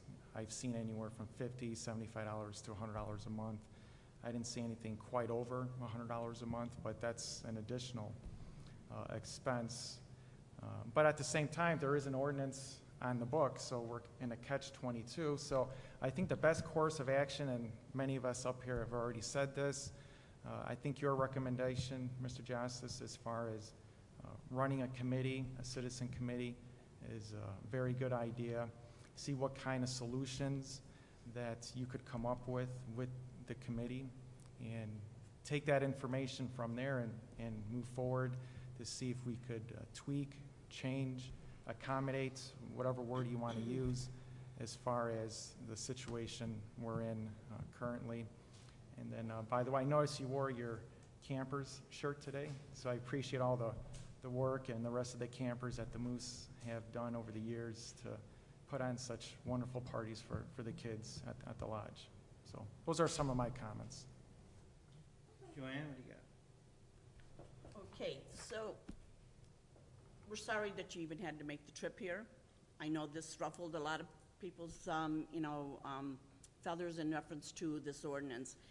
This was not supposed to be to penalize anybody. We're not out there to make money on this. This is strictly what the whole project was, is to start dressing up Lockport. We are on a course to improve Lockport in its appearance and how people project us as they come through our neighborhoods. My view is a little bit different than perhaps some of the people, my fellow aldermen here. I'm in real estate. When I go into a neighborhood and I'm trying to bring a buyer and welcome them into our neighborhood, and we see a lot of things that should not be in the yards, in the front doors, or vehicles parked, covered, you know that they've been there for months and years. That does not show very well when it comes to people coming into our subdivisions and looking at how people maintain their properties. Yes, there are nice RVs, there are some that are questionable, but how do we make that decision on who should have a camper out in their yard and who can or cannot? It just doesn't seem fair. We have an ordinance that all we're doing is just bringing it up and making everyone aware that there's an ordinance that was put on the books. The latest version was in 2008. Yes, it may not be 2016, but it's pretty close. Yes, people buy bigger campers, people buy smaller campers. I've been an RV owner also. I'm still in the recreational vehicles. We have boats, we have what we call toys, those that, are boaters. So, but I know that I cannot, and of course I do live in an HOA, complex, but I do know that it's not always the right thing to do is to park vehicles, recreation vehicles, boats or whatever, in your front yard. Your neighbor may not be saying anything, but they're probably thinking, what an eyesore. So we are trying to be, we're trying to represent everyone, not just a few. And I know that you're passionate because I'm passionate about my recreation vehicles too. So I get it. But our job is to, if we're going to improve the looks of Lockport, it's going to affect everyone. Yes, those that are in HOA subdivisions, we already know the discipline. But I gotta tell you, some of your neighbors may not. And and Mr. Justice, thank you. and Mrs. Stetch, I was on your street. I did not bother you or knock on your door to let you know that I was there, but I wanted to just have an overview of driving through. If I had a buyer in my car and I drove through, it would be very questionable. I gotta tell you, there are so many vehicles parked in the driveways that I don't know that all buyers would be very happy to, to live in a neighborhood that stores outside vehicles. We're going to let our alderwoman speak, please. Thank you. Go ahead, finish, Joy. I'm just going to wrap it up. It's hard to make a decision on who's going to be fined or who's not going to be fined. How do we can we grandfather in those that have already spent all this money? Maybe that's another a way of clearing this up, because I know a lot of you have invested a lot of money in your vehicles. We're not trying to make an HOA of all the subdivisions. No, ma'am, we really aren't, or at least that's not. Please, Joanne, finish. We're just trying to get an appearance for Lockport so that we can grow and people would want to move into Lockport and be proud. And everyone can be proud to live in Lockport. All right, thanks. All right, here's my thoughts on this. I think, disagree with a couple things you said, Art. While we may have originally, this might have been a Buffalo Grove ordinance, this has been refined a number of times since then. So it wasn't just, whether it was a knee-jerk reaction in the beginning, I don't believe it's ended up that way. Clearly, the ordinance has been refined and looked at. I think what we need to do is understand the spirit of what this law is about, and that's what's most important. Everybody pays taxes. I know that, it's like I pay taxes, I should be able to do this, but so does your neighbor. And I think the spirit of these laws are about when you have something that's in the driveway that's blocking other neighbors' views of their neighborhood, I think that's where we're not being courteous to our neighbors. So I too want to be able to look down the street. I want to be able to see Zoe riding her bike. I don't want to have to look at a camper or walk down to the end of my driveway to be able to see her playing down the street. Those are the things that I think the spirit of the law is about. A couple of things that I heard that I think actually are interesting is the fact that, you know, we do allow trailers to be parked on the side or in the back. I know not every house can do that. I get it. But the idea that I think the spirit, again, of the law is to say if it's on the side of the house, not blocking a driveway, other people's views who are part of a neighborhood, I don't understand why it's 34 feet. If you have a 50-foot-long house and you have a 49-foot-long trailer, to me, those kind of things, what difference does it make? The spirit of the law is to get it out of the general view of the neighborhood so that we can all be good neighbors. Same thing with the height. If you're not extending past your roof line, what difference does it make to me? If the spirit of the law is to keep it out of the view so that everybody can enjoy the neighborhood. Everyone can drive into the neighborhood and look at their home as they come up, which they're all proud of too, as opposed to a neighbor's recreational vehicle. So I think maybe a couple things about looking, as long as the spirit of the law, whether it's length or height, maybe it is allowable to be adjusted as long as we're still keeping it out of sight on the side or in the back. I think those couple things make sense. I certainly agree with extending our enforcement. I have no problem with that, whether we make a single change to this or not. I think still extending it off into the wintertime, well after the season is done, to give everybody an opportunity to adjust, I think is appropriate. Again, this was never meant to be anything punitive. We've always just tried to, that's going to start enforcing these things as they should be. We shouldn't have a law on the books and not enforce it. Or as Art, you mentioned, selectively. That's the worst kind of law, is when people just go out and selectively have a problem. Either we're going to do this or not. I think because of the spirit of the law of keeping a neighborhood uncluttered is important, I do think we need to keep it. Whether we adjust height and length, as long as it stays on the side or in the back, it may be appropriate to me. And I think, those are my general thoughts. So, What are your thoughts about Mr. Justice's offer to... For a committee? Yeah. Yeah, I just want to be careful, man. Honest to God, I don't want to spend a lot of time trying to find a way that we're going to rescind this. I will not rescind this, because for the people that have been doing this, there's enough people that say, hey, before I buy a $40,000 camper or more, I'm going to look at the codes, and they were already familiar knowing that they couldn't park in the driveways, so they've been storing it. If we rescind this, we'll have 300 campers flood into the city, and then you'll have a whole nother crew in here complaining about where did all these campers come from. I moved here knowing there was a law that says campers didn't park next to my house. So that will be the other side that we'll deal with. So rescinding this is not an option. Just a little perspective, we asked the police department to run the Secretary of State's permits in regards to registered RVs. I believe it was 82 RVs in Lockport. You're talking less than 1% of 10,000 households in Lockport. Just as a perspective, Class A, Class C, fifth wheels, those are large vehicles.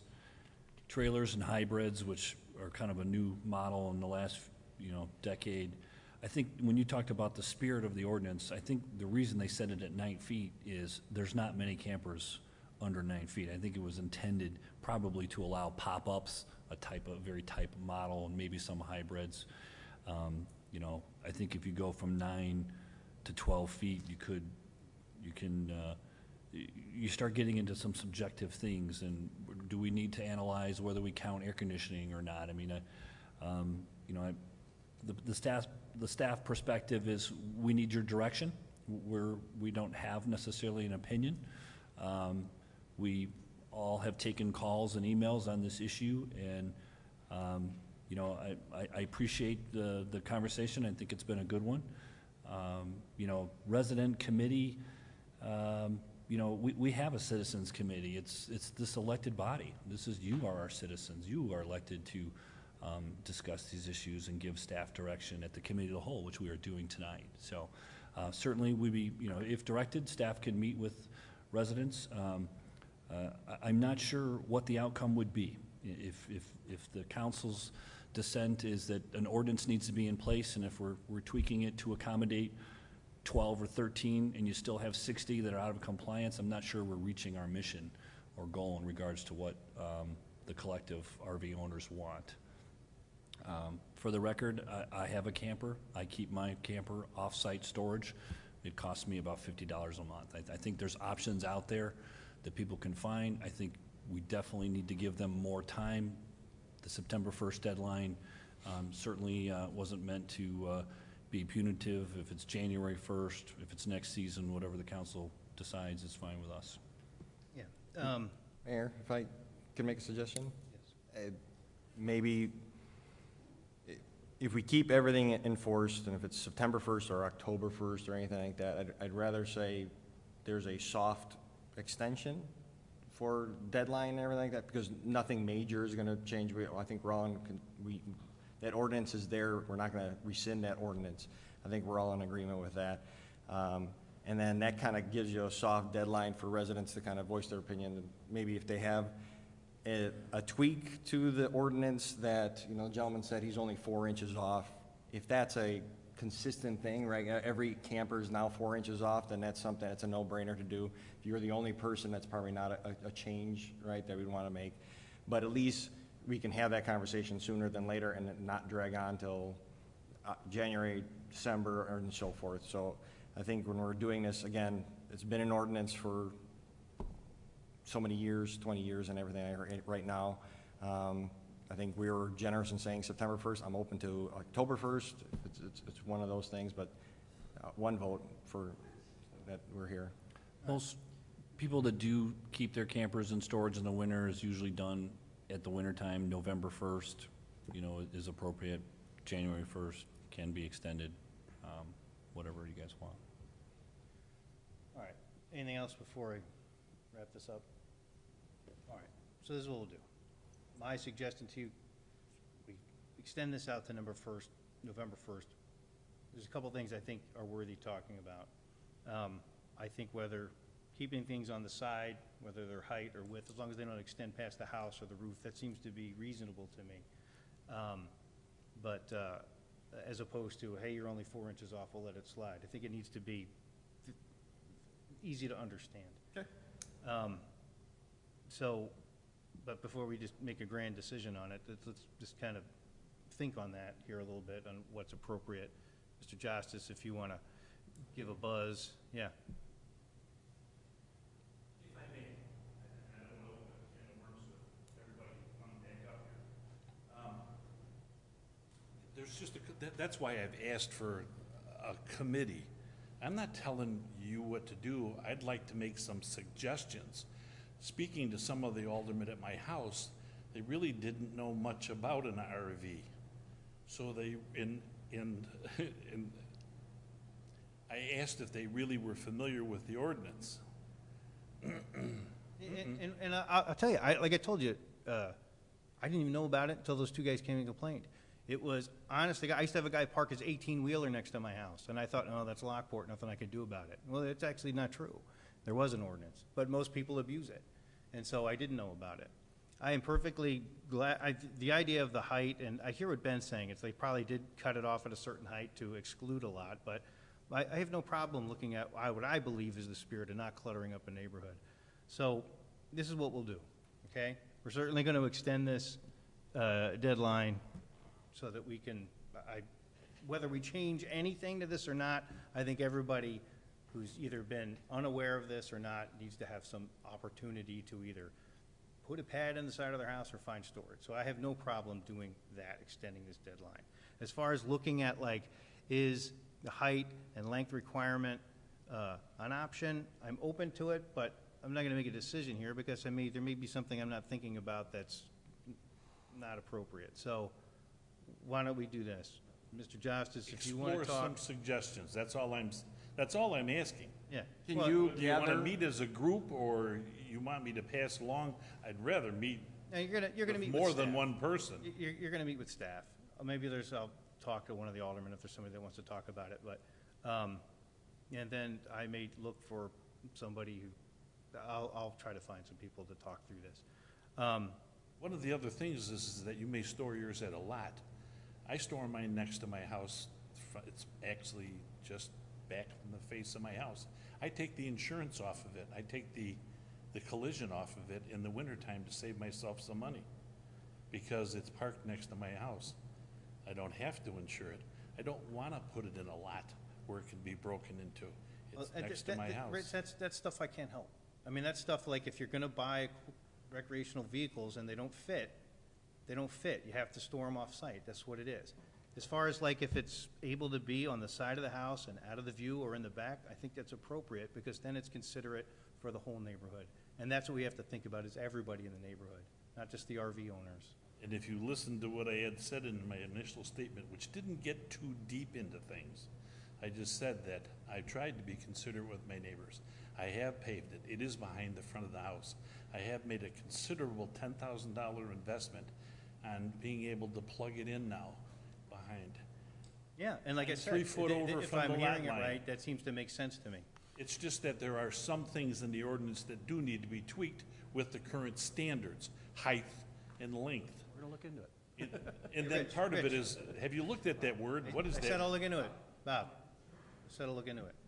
So, but as far as like parking forward of the house, I just don't see rescinding that.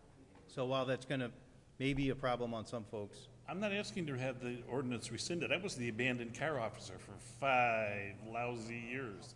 And do you think that was fun? I hated that job, but I did it. All right. Okay? And did the same thing. I had to make decisions on, well. follow the ordinance. And I didn't even know, to be honest with you, I didn't know the ordinance was part of that. All right, so let me just wrap this up. Bob, you're welcome to talk to staff. We'll set something up. I have no problem looking at the height and length, as long as it never exceeds past the house or it's in the back. That, to me, if it starts creeping out in front, then we break the spirit of this law. So let's talk about it. We're certainly going to extend, I'm not making a decision here, but like if you guys are willing to extend it to at least November 1st and stop the, kind of panic of having to get this thing out of here. Okay with November 1st. Yep. Thank you for your consideration. All right, folks. Thanks for coming out and sharing your opinions. Thank you, everyone. All right. What do we got next?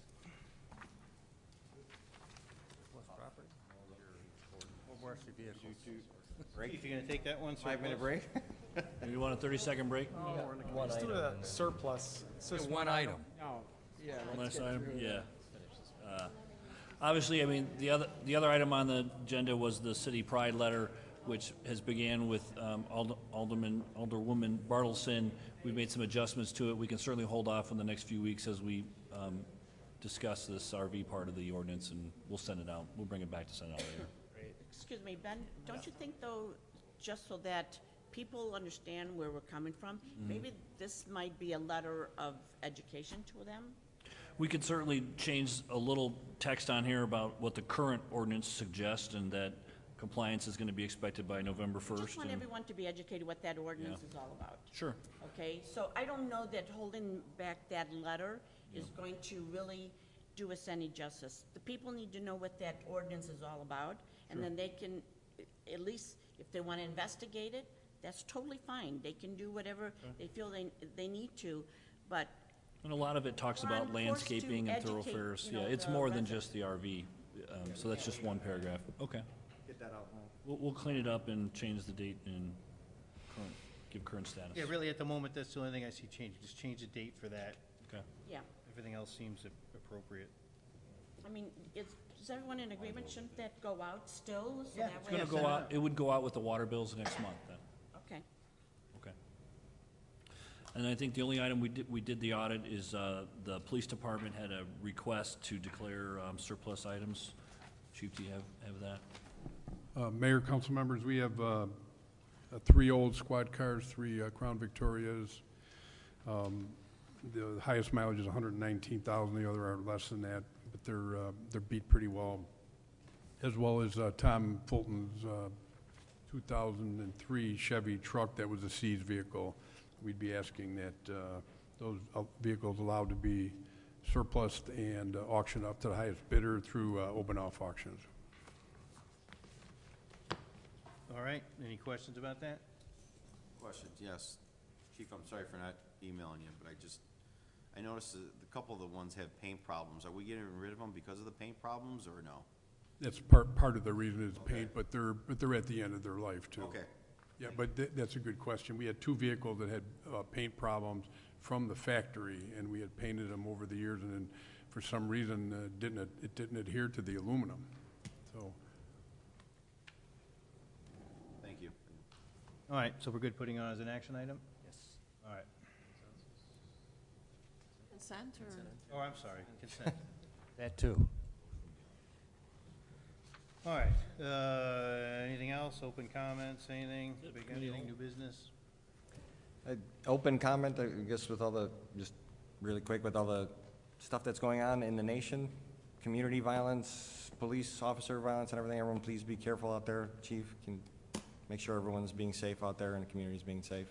I would, thank you very much, and I would like to say that over the last week and a half, we've had residents of Lockport come to the police station and give us cakes, flowers, of course, donuts, and I wasn't going to say it. Beef sandwiches, sub sandwiches. I mean, the response from the Lockport community has been overwhelming and very well received by our police officers. I'd also like to say that today, the mayor and all 3 of our chaplains were at our roll call at 7 o'clock in the morning, and they saw our afternoon shift leave. They addressed our afternoon shift, and the morning shift that comes on at 7, they addressed half the department and gave them words of encouragement. And again, well received, Mayor. Thank you very much. That was a really nice thing to do. You guys, you're important to us, and I know there's a lot of duress right now, so, very good. All right, my friends, anything else? Thank you to everybody who is supporting Main Street Lockport. They are having their lobster boil this Saturday, and they sold out. I think there were about 70 or maybe even 80 people attending, which we appreciate the support. But also, you could still stop by. They're going to have a band. I think, 5 guys named Mo, and you can pay $5 and come listen to music if you didn't want the lobster anyway. So, but I really do want to thank people. It's a great organization, Main Street Lockport, trying to do their best to help beautify downtown. And so, like I said, thank you so much. Right on. All right, if there's nothing else, I'll have a motion to adjourn. Make a motion? Joanne? I'll second. Seconded by Jason, all in favor? Aye. All right, why don't we take 5?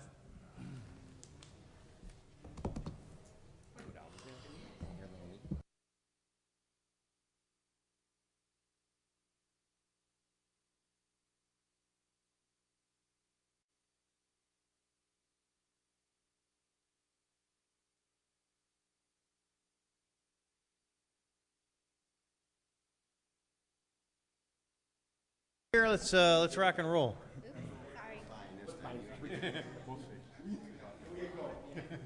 I am not happy. All right, Why is this always taking? all right, we're going to start our city council meeting. Alice, can you give us a roll call, please?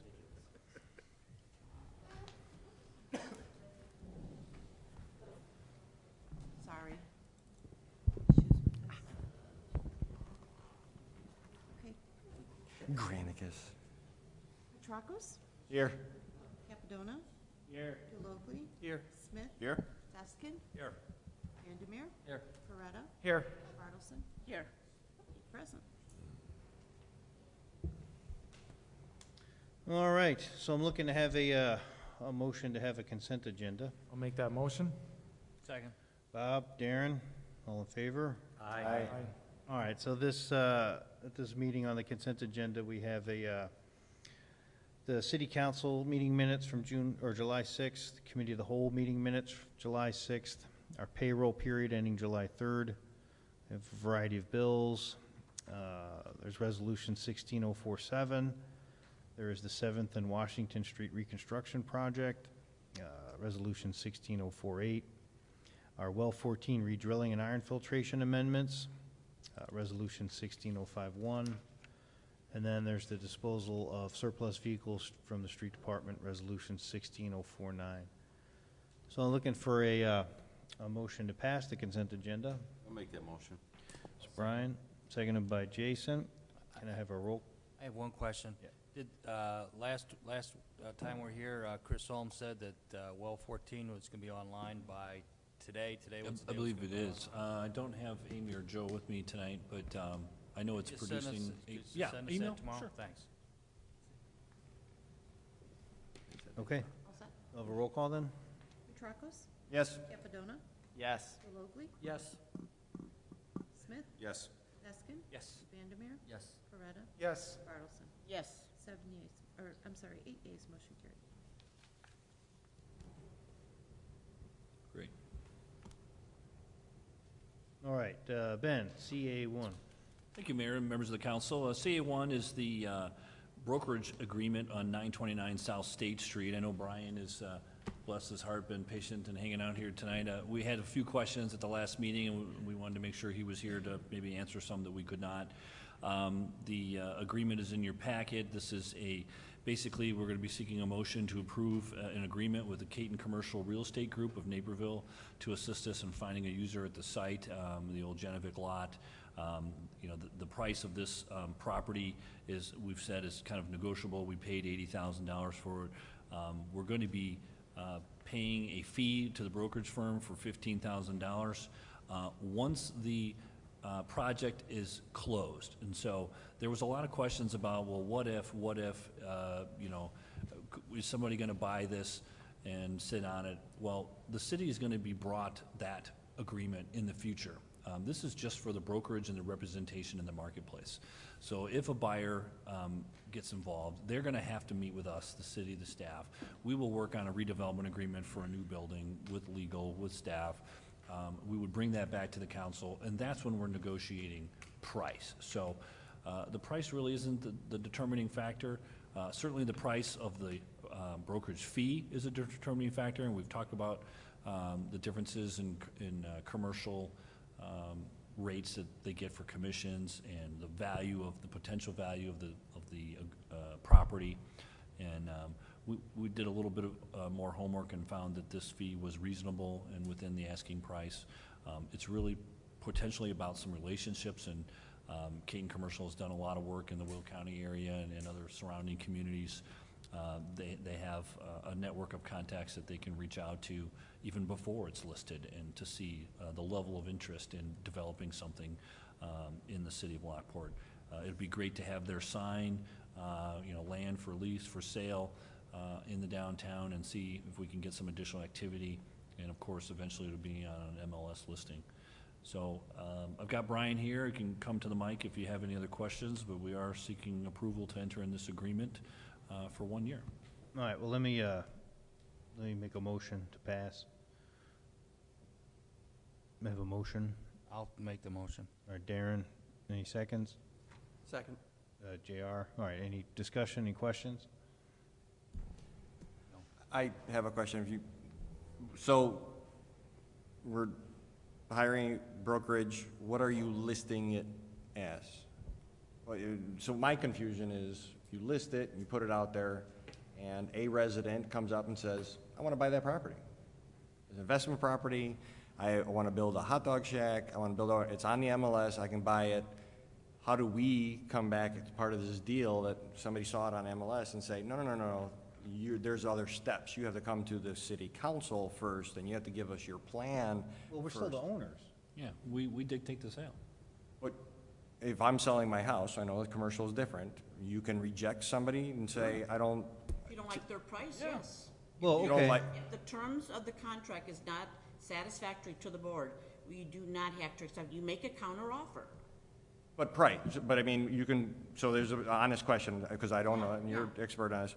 You sit there and say, you want to sell for $50,000. What are you putting on it? What is the whole deal? Can somebody say, well, I'm going to offer you 40, I get it, we can deny it. If they said, I'm willing to pay you 100, but I'm going to do whatever I want on that site. Right. We still deny the sale. Well, It's our that still property. has to be put on the contract. It's got to be submitted as part of the contract, what their stipulations are that they're buying it for this amount of money. we are still in control. We are the owners as the city to do as you wish with that and agree to any terms. There'll be a separate agreement brought back to the council, just like we did with Embers, and it's a redevelopment agreement. We may agree to sell it for $50,000, we may agree to sell it for $10,000. We wouldn't agree to do that without strict, performance standards in an agreement, contract, that they don't get the title until they do perform what we say, or we get the title back if they don't perform in a certain time period, so. But, so just so I clear too, so Jim's question though is, when it's officially being presented by a Realtor, do laws come into play that like, well, you can't just say no if they're meeting the You have to price? submit The all gentleman's at the offers. podium, let him speak, hold on, since we're all guessing. You waited Hi, all I'm night. Brian Blackmore with Caton Commercial.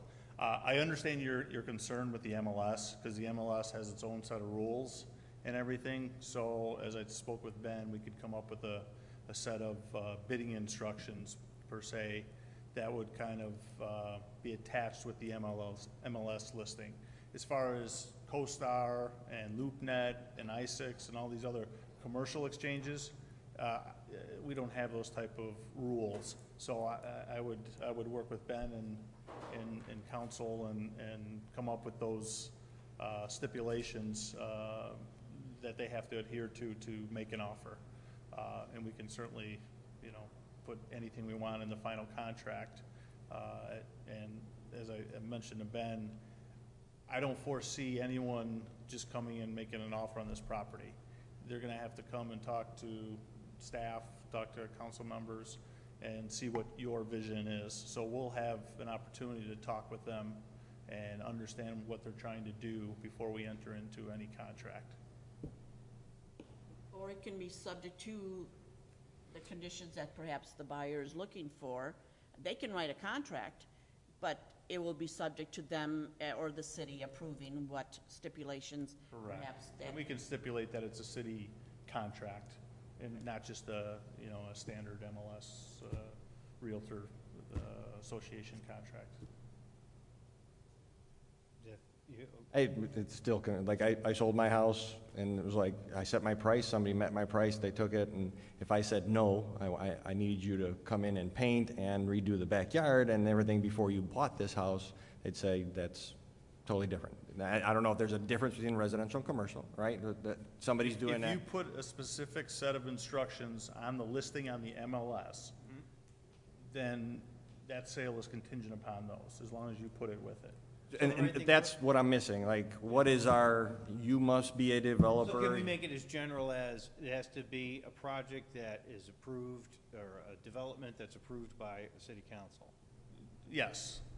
Meets or the aesthetics of downtown, meets the... Subject to the terms and conditions of the city contract, and we can list those out as detailed as you want or as general as you want. Our expectations are retail or restaurant first floor. You can have apartments, residential, offices, second floor. I just don't want, if we know what we want, let's put it down what we want, where we're kind of looking at and saying, somebody who's buying this can look at that and say, okay, don't waste my time, don't waste your time. Yeah.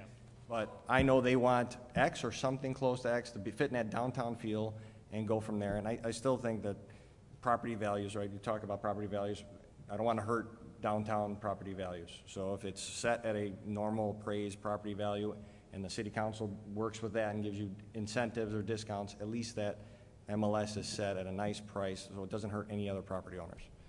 And now, again, I don't know if that works commercial. I can get it up on the commercial exchanges with no price whatsoever. You can't do that with the MLS. So, however long it takes for us to come up with the language that we want to attach to it on the MLS, we can then put it on the MLS. What is the purpose of not having the price in the commercial? Well, like Ben was saying, whether you're going to sell it for 100 or 20 or... Should the buyer, though, know that? I mean, shouldn't we wait for them to bring in an offer, what they feel that property I is would worth? rather them call me to say, what's the price? And then I can have the conversation, what are you looking to do? And get their contact. If it's $150,000, $100,000, and people look at it as too much, they don't even call. So, Okay, so I see what you mean. Your advertisement would not show the price until Won't they show the call? price. You want them to call you. I got it. Okay. And Incentives the available. conversation will probably go that, well, it's flexible, there's incentives depending on what you want to do. Sure. And then that's when we try to set up a meeting with staff and whoever else needs to be there to start the conversation and understand what they want to do. You know, you're not looking for somebody to say, hey, I want to buy that lot for $100,000 and I'll close next week. So, I mean, it will be a conversation that has to be had. But on the MLS, you're restricted, you have to list a price, is that what you're saying? I believe so, yeah. I mean, Okay. that's not our forte, but we do have that access, and it's just to get it out there to all the residential brokers as well. But, And in the remarks, you can put potential for, you know, and then you can state what the city is looking to have in there. So that way they already know what the potential is that either the city's looking for or for that particular property. Okay. All right. Well, you bring up a great point, Jim. And, all right, just so I too have a rock solid understanding of this, I want a development there. I don't want a guy who buys it and then is gonna resell it or has sit on it. So as long as I feel, and if you can find the guy who wants to develop it and, you know, you collect your fee, that's great. But you're right, I don't want it just to sell. So we need to make sure that however this is set up, we don't find ourselves getting pinched by, oh man, some guy bought it, now he's sitting on it. Or he's gonna resell it and to a guy, and now we've lost control. I wanna make sure we have can retain. well, I think in the purchase contract, you can address, you know, they can't purchase it until they post bonds, you know, whatever cash deposits, bonds they need to put in, you know, they post it before closing so that when they do close, you know, they're gonna have significant dollars on the line if they don't develop it right away. Mr. Mayor, members of the council, perhaps I can add something here too. Ben and I have worked on some language that we would work with Brian on the listing, the MLS listing, because I think Alderman Capadona raised the issue last meeting, where if you do have a price on a house, as Alderman Petrakos mentioned, and you get a full bid or full offer on that, there are some restrictions in the law where you can't reject it, possibly. So what we want to do is have the MLS listing, and I'll just read some of the notes we made, shall indicate that any offer submitted to the city shall include the following: a concept plan of what the buyer plans to build on the lot and renderings showing the exterior appearance of the new building. These would not be full plans, just a concept plan. Tell us what the building will look like. 2 stories, 3 stories, 4 stories, whatever you have in mind. Prospective uses of the building that shall include uses that incorporate retail opportunities that are consistent with other uses in downtown Lockport. So you're not having a use that is totally out of character with the downtown area, or opportunities where sales tax will never occur there. Those are the kind of things we want to know. Proof of eligibility for financing the construction project. We want to find out whether the offeror has the financial ability to to follow through. Start date for construction and final completion date for construction of the project and completion of the interior, so we don't end up with a shell and nothing on the inside. And then finish it off by saying the city will not consider any offer that excludes the required information, and that the offer, even if a full asking price offer, shall not be deemed a bona fide offer for which the city would incur, that the city would have to accept. The city reserves the right to reject any offer that does not include a redevelopment plan that is approved by the city council. And then we go on to talk about the TIF incentives. So I think we will work with Brian to make sure we don't end up having to back into a contract we don't want. It'll be a contract that you'll be able to approve, much like the Embers structure, where that was purchased for $10. So there really wasn't an asking price issue there. It was, what are you going to do with the building? How quickly are you going to do it? And do you have the financial ability to put it together? So that's our goal. Brian, I don't think I misspoke there. No, and I would just add, again, put the stipulation in, you have to have final approval from the city and bonds posted. And there's your security that they're gonna close on it, they're going to build on it right away. Tom, maybe you can answer this. So a lot of other municipalities do a development RFP, right? Issue it to developers and say, come back, give us your best, what you think you can do on this property, what you need to buy it for, and so forth, and then municipalities can pick from there. Why is this method different, better? I think it's the same method I've followed in the last 30 years or so, especially with downtown redevelopment, which is very difficult because you don't want your buildings to be occupied or bought by speculators who will sit and hold and wait for the good days to come. you want people willing to take some chances now. And we will do a development agreement with whoever decides to buy this property. It'll be very specific, it'll have deadlines, it'll have financing contingencies, environmental issues, it'll address everything that a standard commercial real estate contract needs to address. Same thing that we did with the Vols building, and it resulted in having a $1.5 million investment in downtown Lockport without TIF incentives, which is fairly rare these days in older downtown. So it was really an agreement that worked very well. And I think you'll see the same pattern being followed with this project. And to date, it's only been on our website, right, property? I think it sounds great. Okay. Any other questions? May I ask how the price is going to be arrived at? Or how is it going to, how are you going to come up with the price? Are you, Well, I've been working with Ben. That does? I guess Certainly, like I said, price is negotiable. I mean, would we like to get 15,000 to cover the cost of the commission? Sure. But again, depending on what the proposal is and what they're going to build, It seems like it's a little wishy-washy, guys. I think you need Which to part is come- wishy-washy? Well, you know what it is? It's like if I have a guy who's gonna come in and put a $3 million building in, I'm not gonna say, then, Well, any price you put on something is always negotiable. I Yeah. guess you have to start at a price so that maybe you might get close to what you're looking for. okay. Well, I know what I'm looking for. I'm looking for a building. Yeah. Well, it's going to That's what take I'm a looking for. significant I'm investment. not looking for another 25 years looking at a hole. Yeah. And so I think that the proposal that the staff has come up with is a very good proposal. I'll be happy if we get anybody interested in purchasing this product and putting up a $2 million building. That's what I'm How interested in. about this? How about if, like I said, on the commercial exchange, I won't put any number on it. I can get it out there, people will call me. I'll have a marketing brochure that I'll have staff approve, and we'll put that out there. We'll get the signs going right away. And as far as the MLS goes, you paid 80 for it, my fee's 15. Why don't we put it out there at 95 to start? I'll put language in there that will be approved by staff and talk about incentives and the flexibility of purchase price. But at least there's a number on there. And then we also have to have those stipulations of a contract in there, or a draft of a contract that they have to adhere to. Okay. What are your thoughts on that? An okay Reasonable. starting spot? Yeah. I imagine anyone who's gonna come in and do this is gonna come in and say, look, I'll give you $5,000 for it, or something. They're not gonna, okay, all right, man, I'm fine. All right, so we good? Can we have a roll call? Yes. Petracos?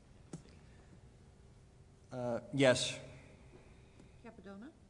Yes. Delogley? Yes. Smith? Yes. Deskin? Yes. Vandermeer? Yes. Moreta? Yes. Bartleson? Yes. 8 yeas, motion carried. All right, Thanks for hanging in there, Brian. No problem. Good night. thanks, All right, yeah, thank sorry. you.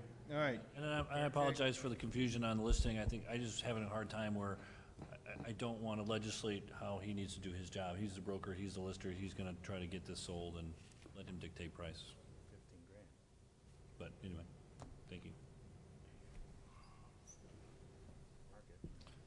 Next item on your agenda, Mayor, if I may, CA2, it's the acceptance of the guard shack. And we did include in your packet some photos at Jim Petracos' request. This would be, as you know, I mean, Chevron and the city of Lockport, we have an annexation agreement and a redevelopment agreement for the Star Business Park. Chevron has made many improvements to that facility and area, and we've had them come in for several presentations over the last couple of years in regards to where they are with industrial and commercial users. Chevron has confirmed that they want to move the historic guard shack from its current location on the Chevron property to the Heritage Village for use by the city and the Historical Society as a potential visitor center and memorial to the Chevron and the workers, to Texaco actually. And Chevron is going to pay the expense to move the building across the bridge. We can't guarantee that this building of this age and nature is going to maintain its integrity in the move, and so the city is asking that we don't accept any liability or accept the property until it reaches the foundation over at the Heritage Village. I think it's a good plan. They've agreed to do that. We will have no liability in the move. If it crumbles and breaks, it's their responsibility to clean it up, and it's their property. So it's nice to see the guard shack get put back and be a great part of the attraction there at Heritage Village. We're looking at a motion to pass a resolution approving the acceptance of the bill of sale, which is also included in your packet, which does exclaim that it doesn't become active until it hits our foundation, I believe. I'll make Alright. the motion. That's Chris, seconded by Jason. Yes, all in favor on this? Aye. Any nays? Okay, resolution passes. And I know that Alice and Steve, I know that they're looking for a quick turnaround on these signed documents in the next day or two if we can. Pen is ready. All right, Lisa, what do you got? Yes, last council meeting, we talked about the commuter lot. Currently, right now, only cash is accepted for people to pay the fee to park there. Total Parking Solutions, which is a company that operates our equipment out there, has offered another solution, which is a smartphone app for the parkers there to go ahead and pay online. So they can pay from the train, they can pay from their car, but they can pay with a credit card. So this is the contract that's in front of you. Okay. Is this something that, do we need a motion? I'll just make a motion to pass. Second. All right, Jason, seconded by Bob. Yeah, please, go ahead, Brian. Again, I should ask you prior to the meeting, but is this something that's compatible with other, maybe commuting lots that the app is? Is that something that? Yes, so Okay. Lamont already has this, New Lenox, Orland Park. There's 40 other already implemented just in Okay, Illinois. great. So they're doing this Yeah, all I kind of over. would want to be on board with the other ones, that's all I'm asking. So they just select what zone they're at. So if they park in New Lenox tomorrow, they load the money on there. They could park Awesome, in thanks. a number of Good. different communities. Good, thanks. Okay, so can I have a roll, or, no, we need that, can I have all in favor? Aye. Any nays out there? Okay, passes, Alice. All right, what do you got, Tom? Mr. Mayor, members of the council, this is a follow-up to our conversation regarding the prevailing wage ordinance. I did provide you with a memo after the last meeting addressing the status of the state statute and the Illinois Department of Labor's interpretation of it. It was put on the agenda because the city staff received an email or a letter from the Department of Labor asking the municipality, or all municipalities, to pass the ordinance. As I mentioned in my memo, if you don't pass the ordinance, then we default to the wages that were ascertained by the Department of Labor.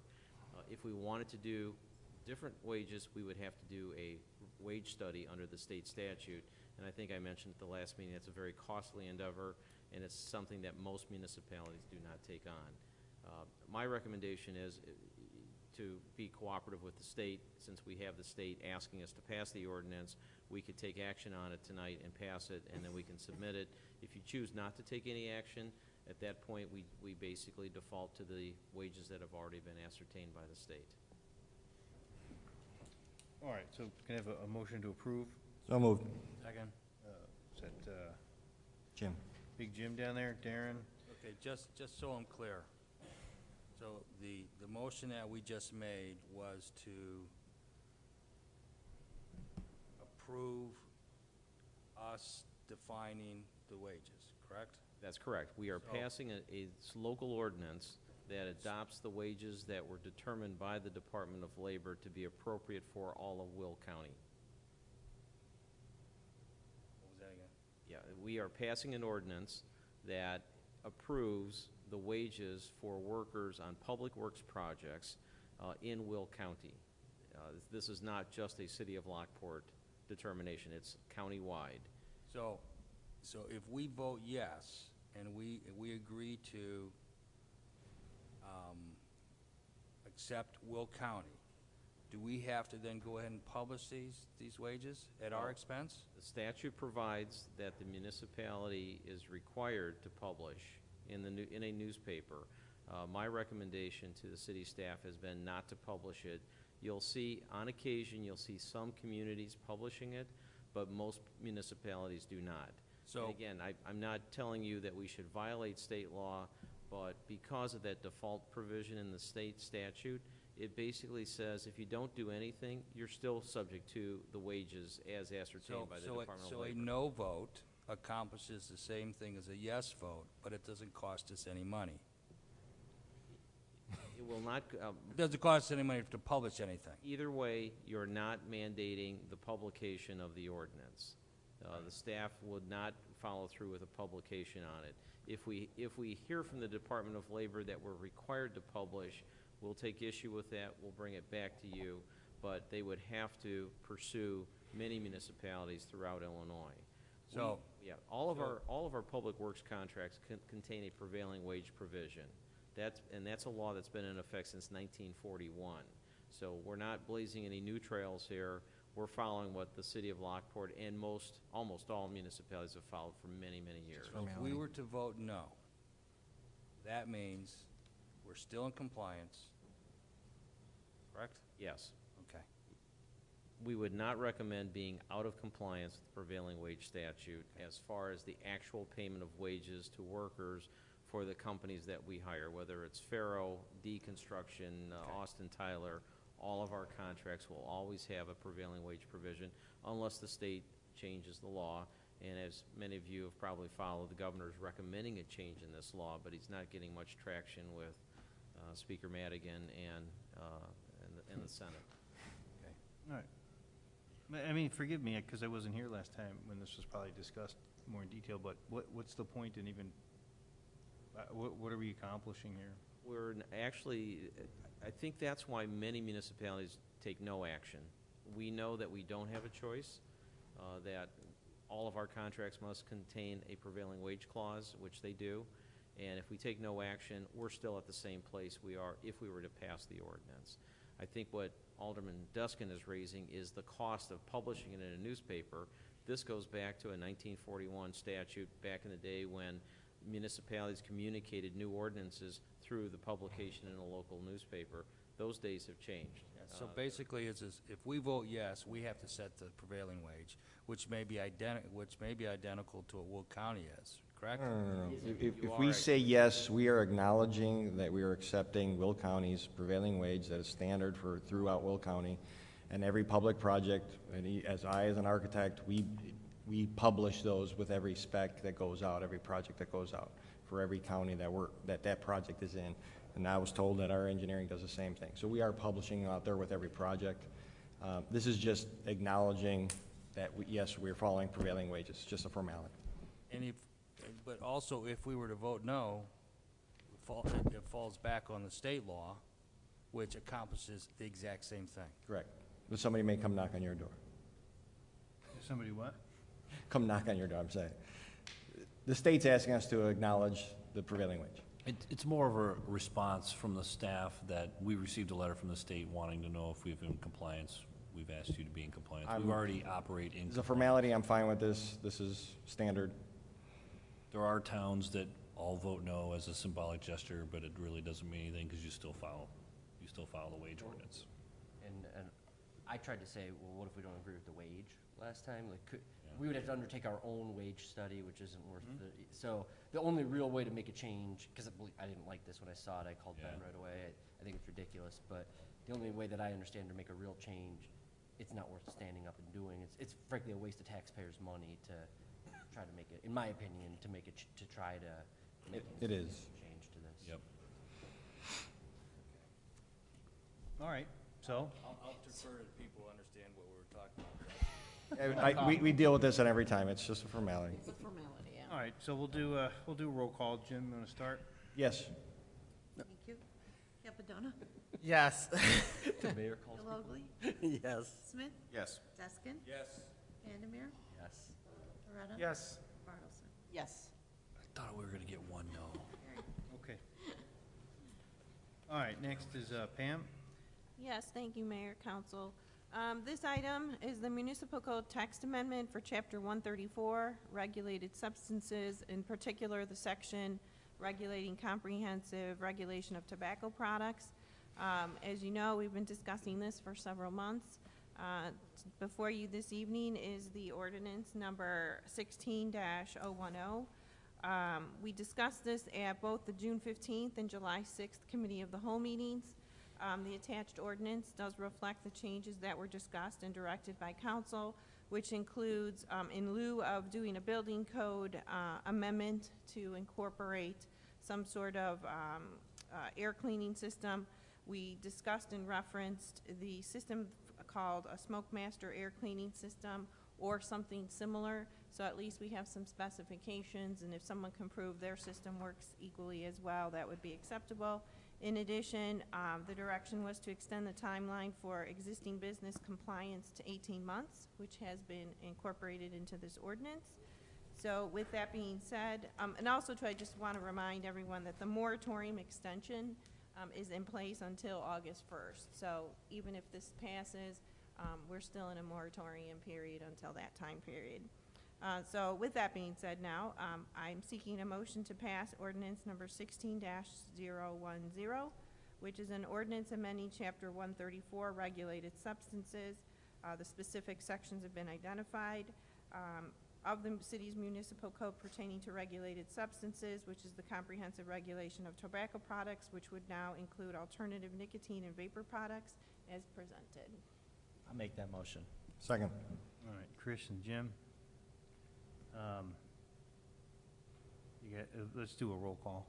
Can I have a discussion? Oh, yeah, I'm Do you sorry. mind? Go ahead, Jim. I just want to say a thought. As an alderman, I'm usually very quiet. People actually wondering why I'm so quiet. Basically, it's because I listen. If things are going the way I like, I don't think I need to speak, or I don't need to say the same thoughts that everybody else is saying. But my role is to read the package, be prepared, be prepared for tonight. If I have questions, we have a great staff. I can ask questions to, or I can do my own research. It's my job to learn on every topic. Also to listen to concerns from other people, the citizens of our town, other aldermen, everybody's thoughts. And eventually I have to come up with an educated vote. But not on every topic, I'm not an expert. And vaping is another one of these where I am not an expert. So when we come to when I'm not an expert, I kind of have to rely more on my staff. And we have a great staff. Ben, Lisa, Pam, everybody, Tom. So let's get to this ordinance.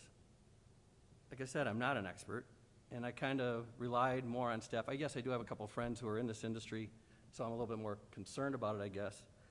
But our staff came back to us and said, which they did a great job. I mean, all these ordinances, most of the changes I'm very happy with, these obvious ones, not close to a school, the very various things. But when we got to the idea of the ventilation system,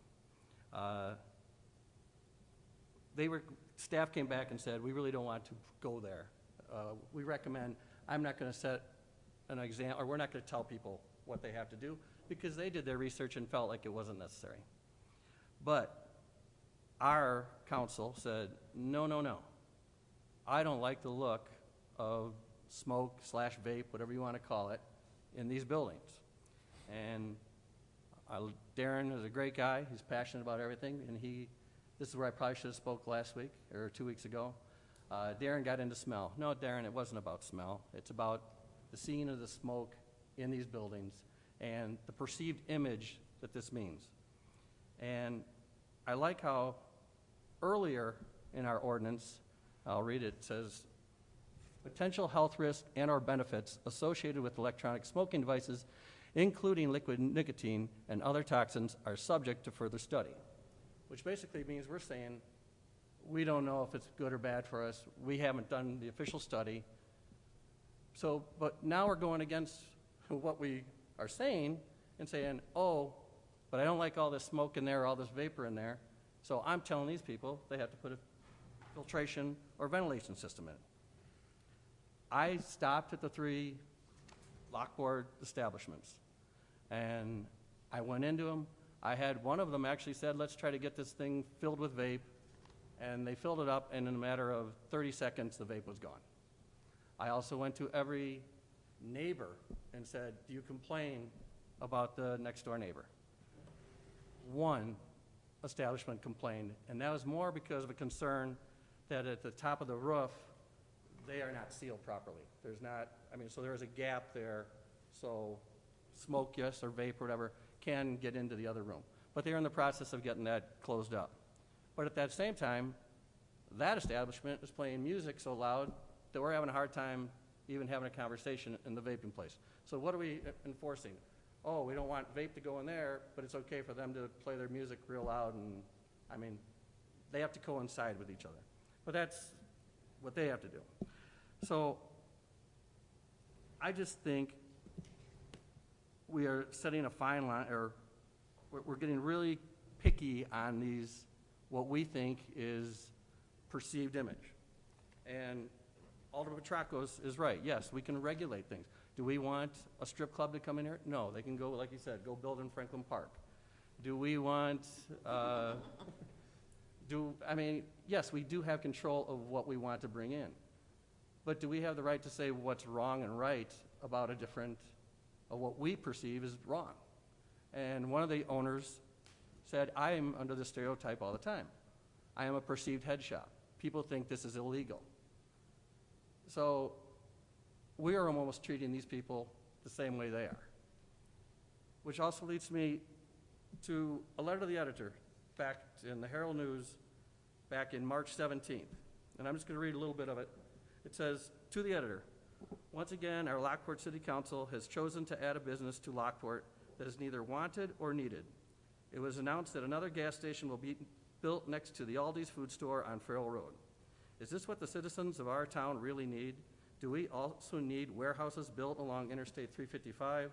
What is really needed are quality sit-down types of restaurants such as Texas Roadhouse, Applebee's, Chili's, or other place a family can gather to enjoy a good meal at an affordable price. And he goes on, and it was written by M. Lovell, hope I said your name right, here from Lockport. If you would follow these council meetings, M. Lovell, I'm sure you do, you know we're for growth. We're about getting new places. Yes, we all want new restaurants in here. We all want nice establishments in here. But on this one, I applaud the owners of these vapor shops who probably did more research than we have, and they know if their establishment's going to make it or not. And they actually, I mean, they have more concerns. They have the FDA that they don't even know if they'll be around in 2 years. But I'm just saying, what's next? When somebody goes to 929 South State and wants to put up a brewery, are we going to say, oh, we don't want a brewery downtown Lockport. That's against our image. Or, I mean, they sell alcohol in there.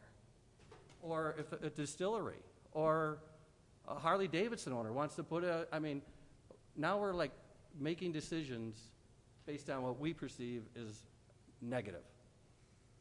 So I just thought, I personally am going to vote no against this. I know, following what everybody else has been saying, it's going to pass. But I'm only voting no because I think we need to pay more attention on what we pick and choose as what we think are good or bad for the people. And I don't think developers are going to drive by a vape shop and say, wow, there's vape in a vape shop. I am not coming to Lockport. So back when we built a Walmart, a lot of people said, I don't want to be a Walmart town. I don't want to be this town. I don't even want to be that town. And so I just think you need to be careful going forward, and we need to just evaluate and say, do we really know enough about it to like just basically say, this has to be done or this does not. So I just wanted to say my opinion. Sorry about that. All right, thanks, JR. You know, for me, it's kind of comes down to this. There's some visuals, but in the end, I don't want to vape. And when I walk by the vape shop, and we do with my family all the time on our walk, and if the door's open and we all breathe it in as we do, and we're like, oh, I don't want to vape. It's different than smelling pizza. When I walk by Mangia's, I don't have to eat a pizza. But when I breathe vape, by definition, I'm vaping. And it's happened a number of times when we've walked by there. So for me, that's what it's about. It's about nobody should have to vape if they don't want to. And if you're breathing it, you're vaping. So that's where I've come. That's kind of been my opinion on it. So I appreciate your thoughts, JR. I just disagree a little bit. That's not about, I mean, we're not kicking vape shops out. We're just trying to keep it like, look, if you want to vape, sell your product, it's great, go vape at home. But I don't want to put it in the public, where people who don't want to have to vape are breathing it in. I'm not saying it's unhealthy, I just saying I don't want to vape, so. All right, any other questions, concerns, comments? All right, why don't we do a roll call? Petracos? Yes. Cappadonna? Yes. Delogli? No. Smith? Yes. Deskin? No. Vandermeer? Yes. Coretta? Yes. Bartleson? Yes. 6 yeas, 2 nays. Motion carried. Okay.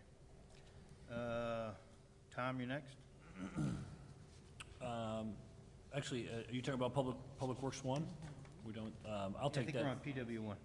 Yeah, the landscape contract. Joe couldn't be with us tonight, so I'll handle that. Tom did do a nice update memo for us that I can kind of highlight for you. I think we had a little bit of a discussion in regards to the city taking over a landscape contract at the Lincoln Landing. We'll be seeking a motion to pass Resolution 16053A to authorize the administrator and staff to enter into a contract with Berry Landscape for the annual maintenance for the rest of this year. One of the big questions was, do we own this property? And I think we've resoundingly answered that. Tom put together a nice memo with quite a few attachments. By even all attorney standards, there was a lot of attachments, Tom. Pictures, I like it. A lot of pictures. And I think, obviously it showed that the 320-foot by 100-foot parcel being owned by the city back in 2011. There's a second parcel there. And the only question I don't think I could answer, and I forgot to try to grab Tom before the meeting, so I'll put him on the spot here, was one of the parcels was in regards to the vacation. There was a vacated parcel in line with the 8th Street right-of-way. And one of the questions was, what does that really mean? I mean, the vacated, who owns that now, and what is it associated with? The vacation goes back to the early 1900s, 1905, I believe. And what was intended back then, the state statute provided when you vacate a street, half goes to the property owner on that side, and the other half of the vacated street goes to the property owner on the other side.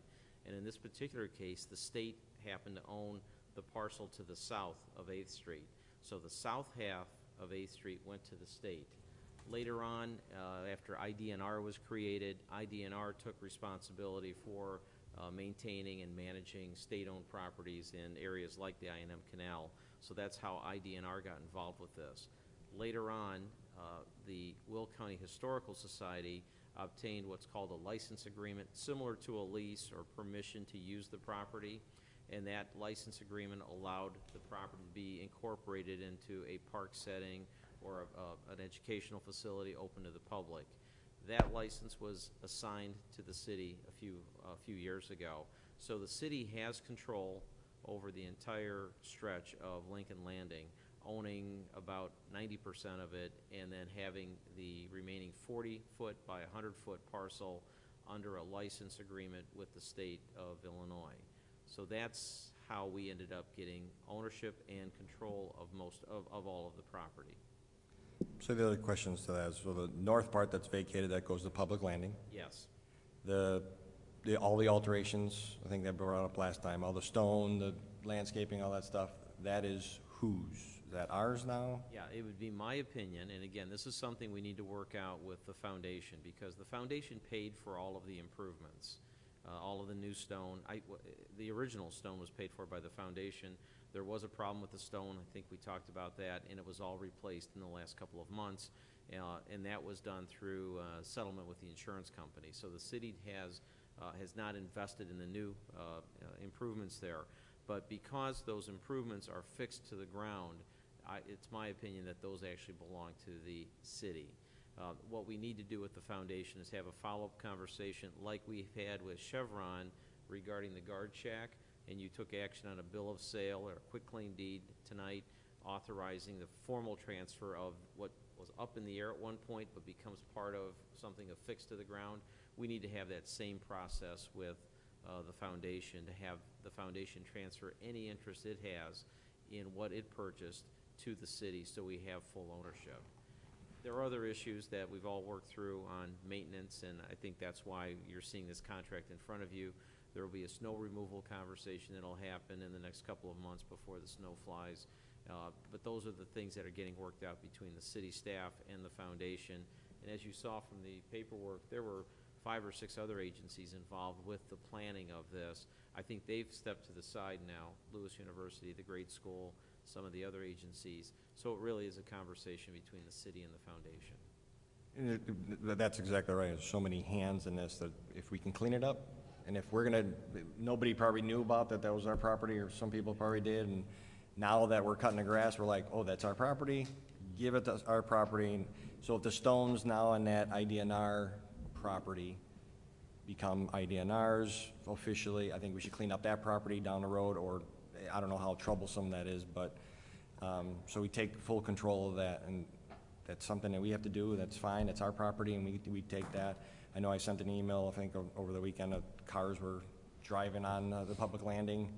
I know part of it is meant to be driven on, but now that it's ours, we should probably limit where the cars are, because I think there's only one strip that the cars can drive on safely. And if, I don't want that, I mean, these guys were backing up and so forth, so they could have hit stones, they could have done it, we've been right back in square one, replacing all that stone. So if We do insure the property. We do have an insurance policy for it. Snow removal has been handled by the Park District and should continue on. I believe we'll be picking up a sprinkler contract at some point. But other than that, I think that's about it. Okay. No other questions, then, I don't know if did I already make a motion on this? I don't think so. Can we make a motion? Seeking a motion So to moved. approve. Second. Jim, Darren, all in favor? Aye. Any nays? All right, Pam, get the last two here? Yes. The last one is the planning and zoning case, which is the text amendment to the zoning ordinance, to the definition sections and permitted use tables for all commercial districts. This is including revising the definition for writing definitions and including definitions that we didn't have. These items were presented at both the June 15th and July 6th Committee of the Whole meeting. On the last Committee of the Whole meeting, staff just clarified that in the definition, the 30% should have been revised to 80% with respect to what it meant by being primarily engaged. The council concurred. Therefore, the ordinance number 16-009 does reflect these changes and is now being presented for final action. All right. So looking for a motion to pass? So moved. Second. Jim and Chris. We need to do a roll call. Does anybody want a roll call on this? Yes, do roll call. Roll call, please. Okay. Petracos? Yes. Capadona? Yes. Delloglio? Yes. Smith? Yes. Deskin? No. Vandermeer? Yes. Moretto? Yes. Bartleson? Yes. 7 yeas, 1 nay. Motion carried.